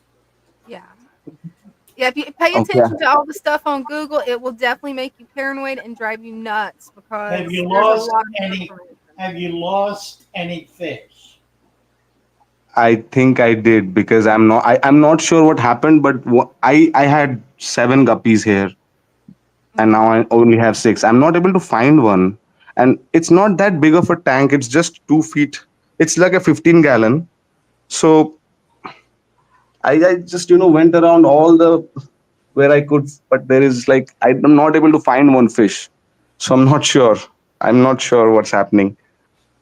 And I just put the fish in like 5 days ago, after the tank was like ready after the ick and all, and all the fish are doing well. I don't see any signs of stress on the other fish, but one fish is just like vanished. Oop, don't know what happened.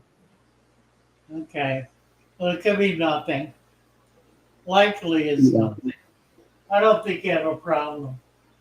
Okay. Okay. If you And that. see, the little ones will not attack the fish. Okay. It's Yeah. a nymph. The big ones will. So you want to get them Mhm. out of there. I was hoping if there was a better way, like to manage them, like using a predatory fish or something who eats these guys, maybe more Also, naturally. there is, but it'll also eat your guppies. Mhm. Well, I can transfer the guppies somewhere else for a while if you, I mean, there are other two couple of tanks there, right? So I don't know. I'm not sure like if I will be able to get them all out using this pair of tweezers. Or so let's see. Well, you're I not hope that you know. you're not Mhm. likely to have more than one more in there. You say you saw another one. Yeah, but I couldn't catch it. I mean, it just went inside the bushes, and Yeah, somehow for the first time, I feel I have so many plants. It first for the first time, it actually made me, go angry because there were so many plants and it has so many places to hide, and I cannot go inside every nook and cranny. So let's see. I guess. well, the fish are pretty smart. Yeah, they are. Yeah, I hope so. I mean, that they have a predator there now, trying to hunt them when the light goes off. So I Maybe, hope they are. Okay, maybe. yeah, I'll just show you the other tanks. So yeah, this is oh, it's here. So this is that guppy, four or three, 4 or 5 guppies I have fries which are growing up, but I don't know what else to feed them. I am just trying to feed them crushed fish food, but I know that's not the best thing. I don't know what else I can try. Live food is a little bit hard for me right now, but oh yeah, I actually had another question. So these tanks, as you know, I told you earlier, have aqua soil in it. Can I start a food web here as well? Yes, absolutely. Okay, all right. And I was just trying to like get a hold about like just should I put in dried leaves or should I just pull out the wet leaves directly from the like Well, some pond or something? yeah, I would start with wet leaves and then go to dry leaves. Mhm. Okay, okay. All right, guys.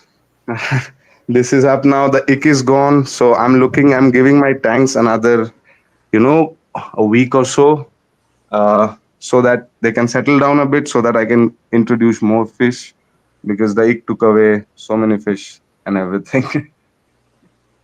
I You're love your doing tank. great, Ron. You're doing fine. Mhm. Thank you so much. Thanks That's a lot. wonderful. You're doing great. All Thanks right. for coming up. Good to All see right. you.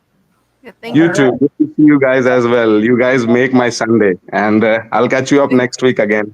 All righty. Bye bye. Bye bye. Bye. Let's see. Chairs and flowers. Mhm. Hey, I've been on here before. I showed you like my 10-gallon pea puffer and my 30-gallon. This is my new crayfish I got. And this is Nice. his 10-gallon. Do you think he's okay with the 10-gallon? Like, do you think this is okay for a crayfish? It'll be fine. Okay. And also I got him from like a cold river and stuff. So like he's like it's cold water. So would that also be okay? Yeah. Okay. And also I got these rocks back here, like from my backyard, and also I have this not just for a hide, but I have all hides back there. Okay. And like, what? What are you feeding him? I'm feeding him algae pellets. I'm feeding him different types of stuff like cooked shrimp. Doing all this stuff. I'll it said it's okay to feed him shrimp pellets here and there, but Yeah. I feed him algae pellets and meat normally. Yeah. The algae pellets are the best. That's good. Yeah, that's why I fed him in the little tank, the this one right here, because this was just a spare one, and I got this one today at Goodwill, and it came with this filter actually. and in my opinion, yeah, it's a little powerful for like now and stuff, but like since he's gonna get older and older and stuff, he's gonna like He'll get bigger eventually, but oh yeah, he's supposed to get like 3 inches, but also he could get bigger if I feed him like more. And there he is. And honestly, he's a pretty good crayfish. Honestly, he's not like bad or anything really. Looks good. yeah, it does. Yeah. Wait, do I need anything to like make him molt somehow? Like I don't want him to like molt and die like Neocaridina. No, he'll do it all by himself. So he doesn't need tannins at all because there's no tannins in the tank. No. Oh, okay. Yeah. Okay, well, yeah, I just wanted to see because, I want to know, like, because, like, I did my research. I found out you have to kind of have, in a way, like, some rock or something to let it bask a little bit because it needs a little bit of air, at least. And I found that out, like, on Google or whatever, and, I'm just, I'm trying my best to keep the guy alive, so. Looks good. Proud of you. Yeah. Very cool. Oh, and also I found out I watch you, Father Fish, and I saw that you don't really do water changes too. Not routinely. I do water changes when they need to be done. Yeah, that's what I do. Right. Yeah. Do you know how to improvise for like a gravel vac or something? You've got sand in there. Yeah. Oh my gosh, my substrate is super thick. It's super duper thick. Yeah, you don't want to vac it. Okay, because this doesn't stink at all because I found that out, and I before like I even saw the video, I found out like it was when I got this super thick sand and stuff in the tank, I thought I ruined it, but like I guess when I watched your video and stuff, it wasn't No, it looks so good. Mm-hmm. Yeah. Also, like, can I have any tank mates with like the little crayfish? Yep, sure can. So like wild minnows or something? That'd be perfect. Okay. And here he is right here. He's on the he's right here. Hold up. There he is.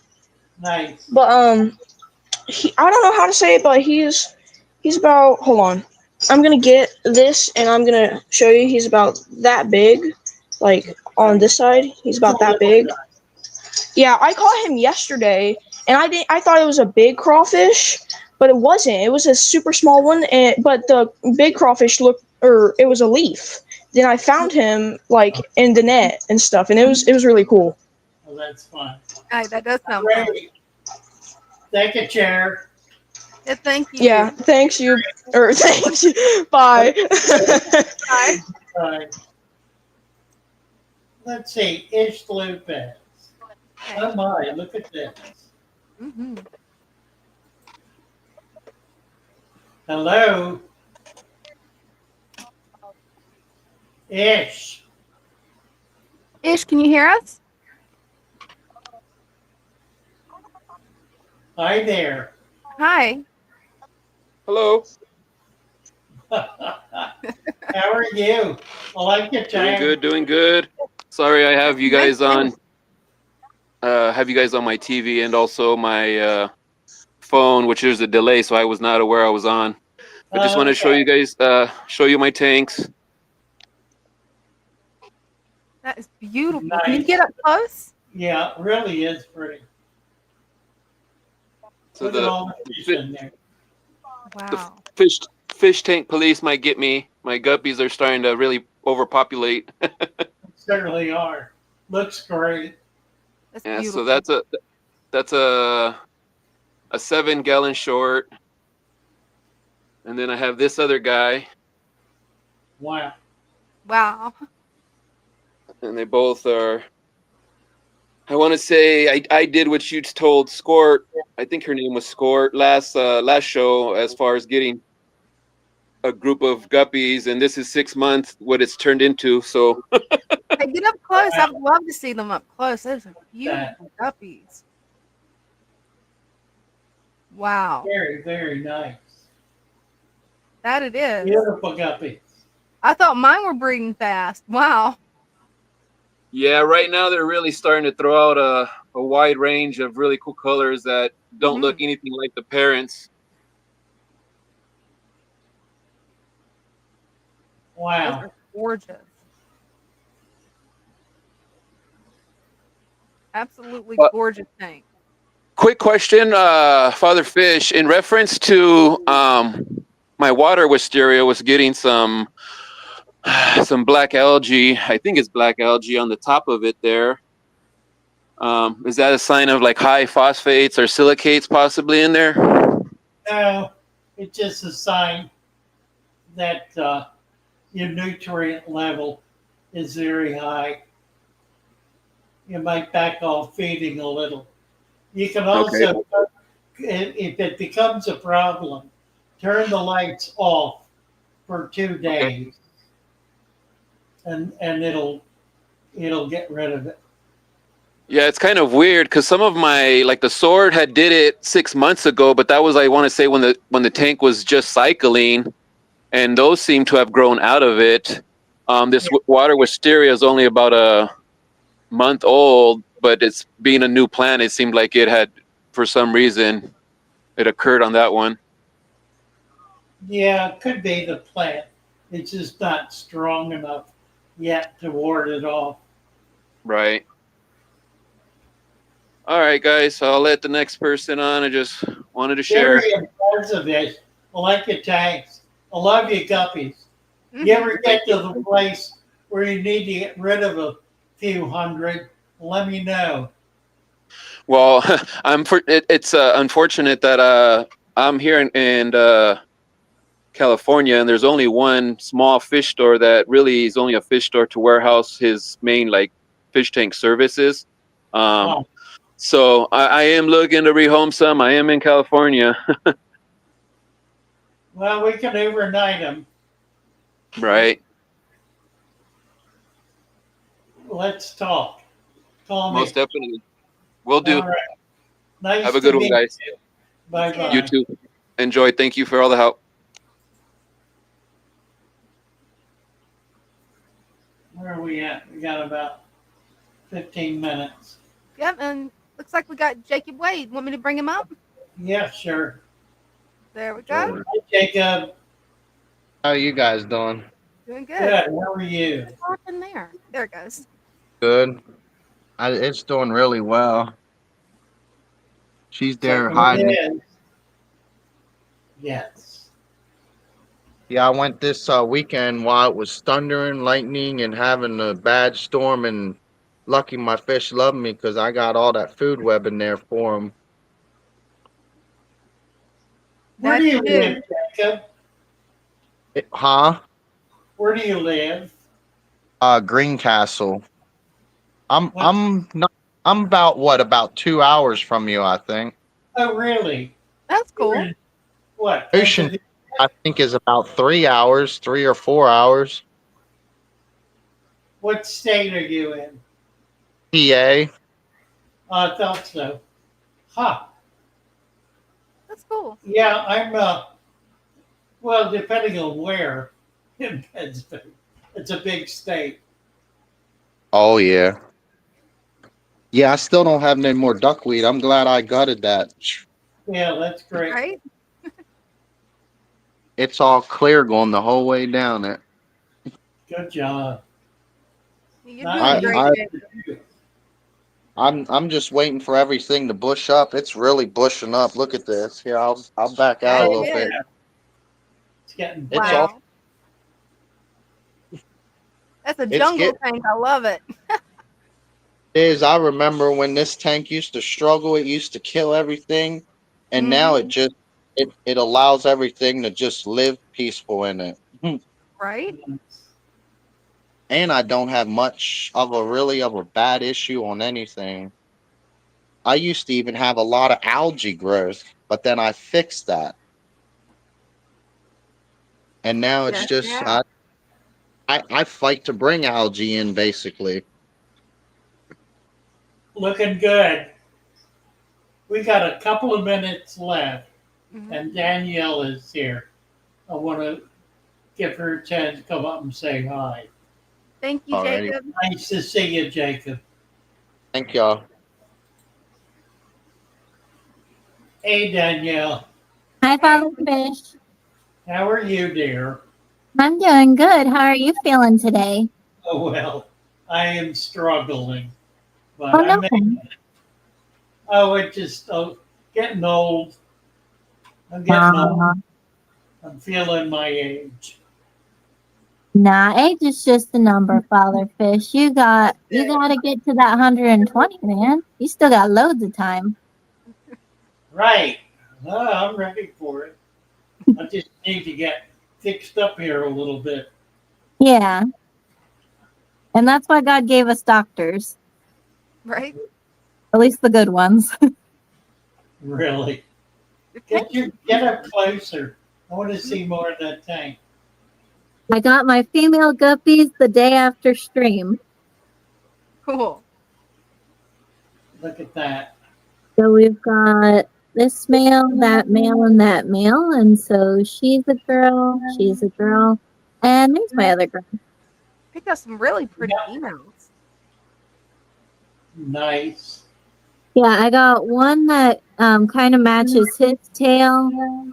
She's got a really cool pattern on her tail, if you can see it. Yes. And then this one here, she's got like red and blue and some yellow on hers. Oh, yeah. Beautiful guppies. I'm really excited to see what kind of babies they make. Because I got these really cool patterns. So I want to see how they go into different variety here. Oh yeah, it's gonna be fun actually seeing the different varieties. Very nice.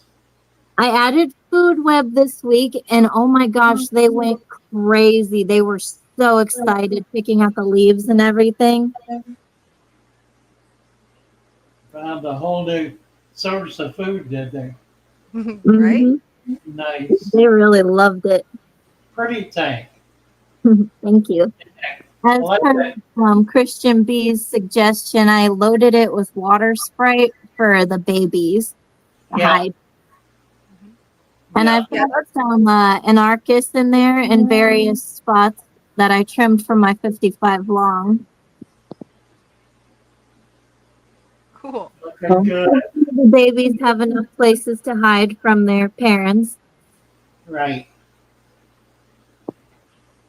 Yeah, they definitely need the hiding places, but you're gonna have fun breeding guppies. It's actually really fun. Yeah, I am really excited because I feel like I did get really pretty ones. So Good. I cannot wait for them to start having fry. And I feel like the females are either getting fat off food web or like, look at this girl. She's quite round. I don't know if she's already pregnant or if she's just really enjoying the food web.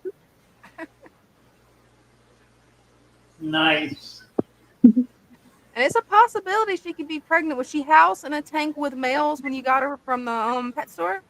No, it looked like all females in there to me. And they're That's good that they have them pretty separated. good about separating them usually.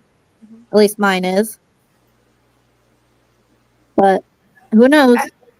I can't wait to see what the fry is going to look like because you've got some amazing colors and amazing patterns. Me too. It's going to be exciting. Before long, your tank will look like Ish's. Right? I know. Seeing that, I was like, oh my gosh, yep, I want that. That was really nice. Quick question, Father Fish. Do I need to get 3 more females so it's 2 on 2 for the males? You can. Okay. Because I know Dina said that she keeps 2 to 1 ratio so Yeah. the females don't get stressed. Yeah, it's a good idea. Okay. Can do Yeah, my that. guppy endlers, the males are well, they have a very high testosterone level. So when I tried doing a ratio of just one male and one female, yeah, the girls got stressed, so I ended up adding more, and now I've got plenty of babies. Right. Yeah, I feel like he might be crossed with an Endler just because of his snakeskin pattern. Dang. So it's one of those. I want to be good and make sure everybody's happy and stuff. But you're doing great. Looks wonderful. I have you guys to thank for it. All the help comes from you guys. You bet, Daniel. Glad to All be right, you guys have a great evening. Love you guys. Love ya. Love you. Bye-bye. Bye. And actually, Todd's got a question. Can he have two crayfishes in a 10-gallon aquarium? You can, if it's two males, they're going to fight to the death. Oh wow. So probably not a good idea if they're male.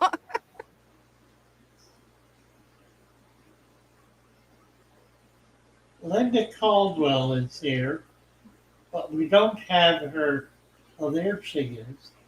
Let's get her up here. Can you hear me? Hi, Linda. Hi.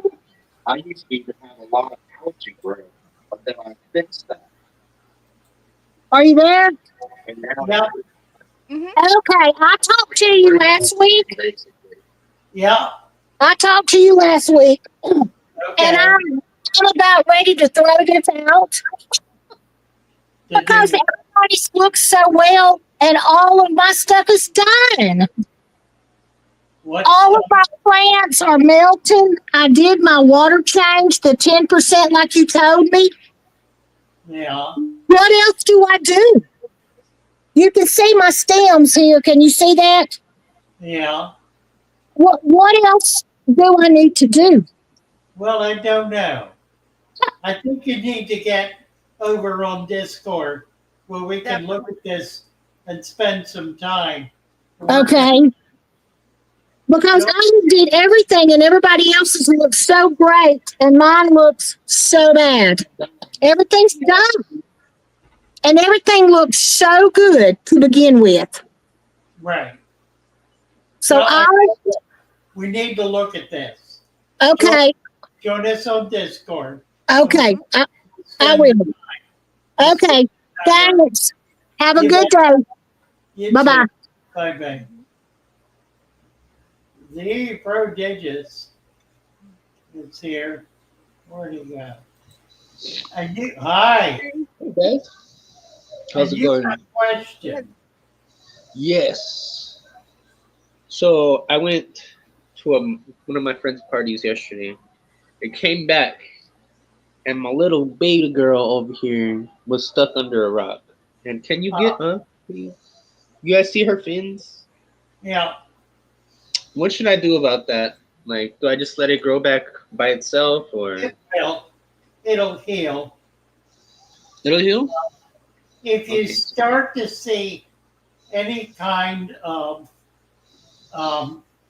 fuzz or growth or deterioration, anything like that, get some antibacterial ointment. And put it on there? Like Basicitrin, any of Yeah. them.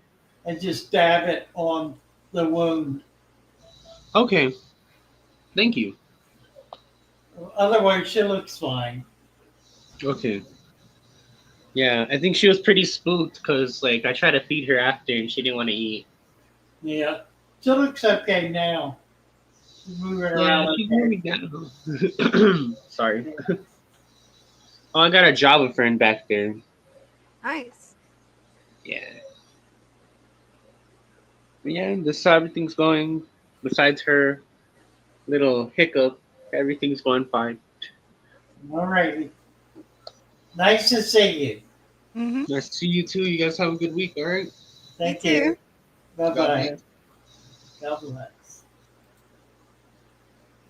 Todd's got a question. How do you tell a male from a female crawfish? Well, the female, a couple of ways. The female has very small claws. Male has bigger claws. If you flip them upside down, right at the base of the tail, where the tail joins the torso, there will be one swimmer. There's swimmer fins. There you'll see lines, whole bunch of lines under the tail.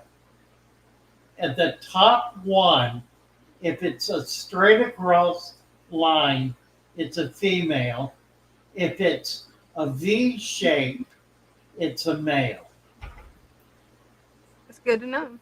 Once you see it, you'll know, and you'll never need to learn it again. It's pretty basic. Well, we are out of time. Yep, that we are. It just blew right by. Right? Nice to be with all you guys. That It's it been a lot of fun. And we will be back on Wednesday. Mm-hmm. So we'll see you. Love my little Right then. fishes How do I as they get swim about their home. I love my little fishes I think it's this one. as they swim about their home. When the sunlight shines upon them and their colors begin to glow, I am drawn into a world where my heart longs to go. I imagine scenes of beauty and feel the warmth of love. I love my little fishes as they swim about their home. I have traveled the world over, but never found a peace that comes from watching my fishies as they swim about their home. My heart is happy and I am content to sit and watch them swim. I will not be alone while these fishies are in my home. When the sunlight shines upon them and their colors begin to glow, I am drawn into a world where my heart longs to go. I imagine scenes of beauty and feel the warmth of love. I love my little fishes as they swim about their home. Night, everybody. Love y'all. Good night, all. Wonderful.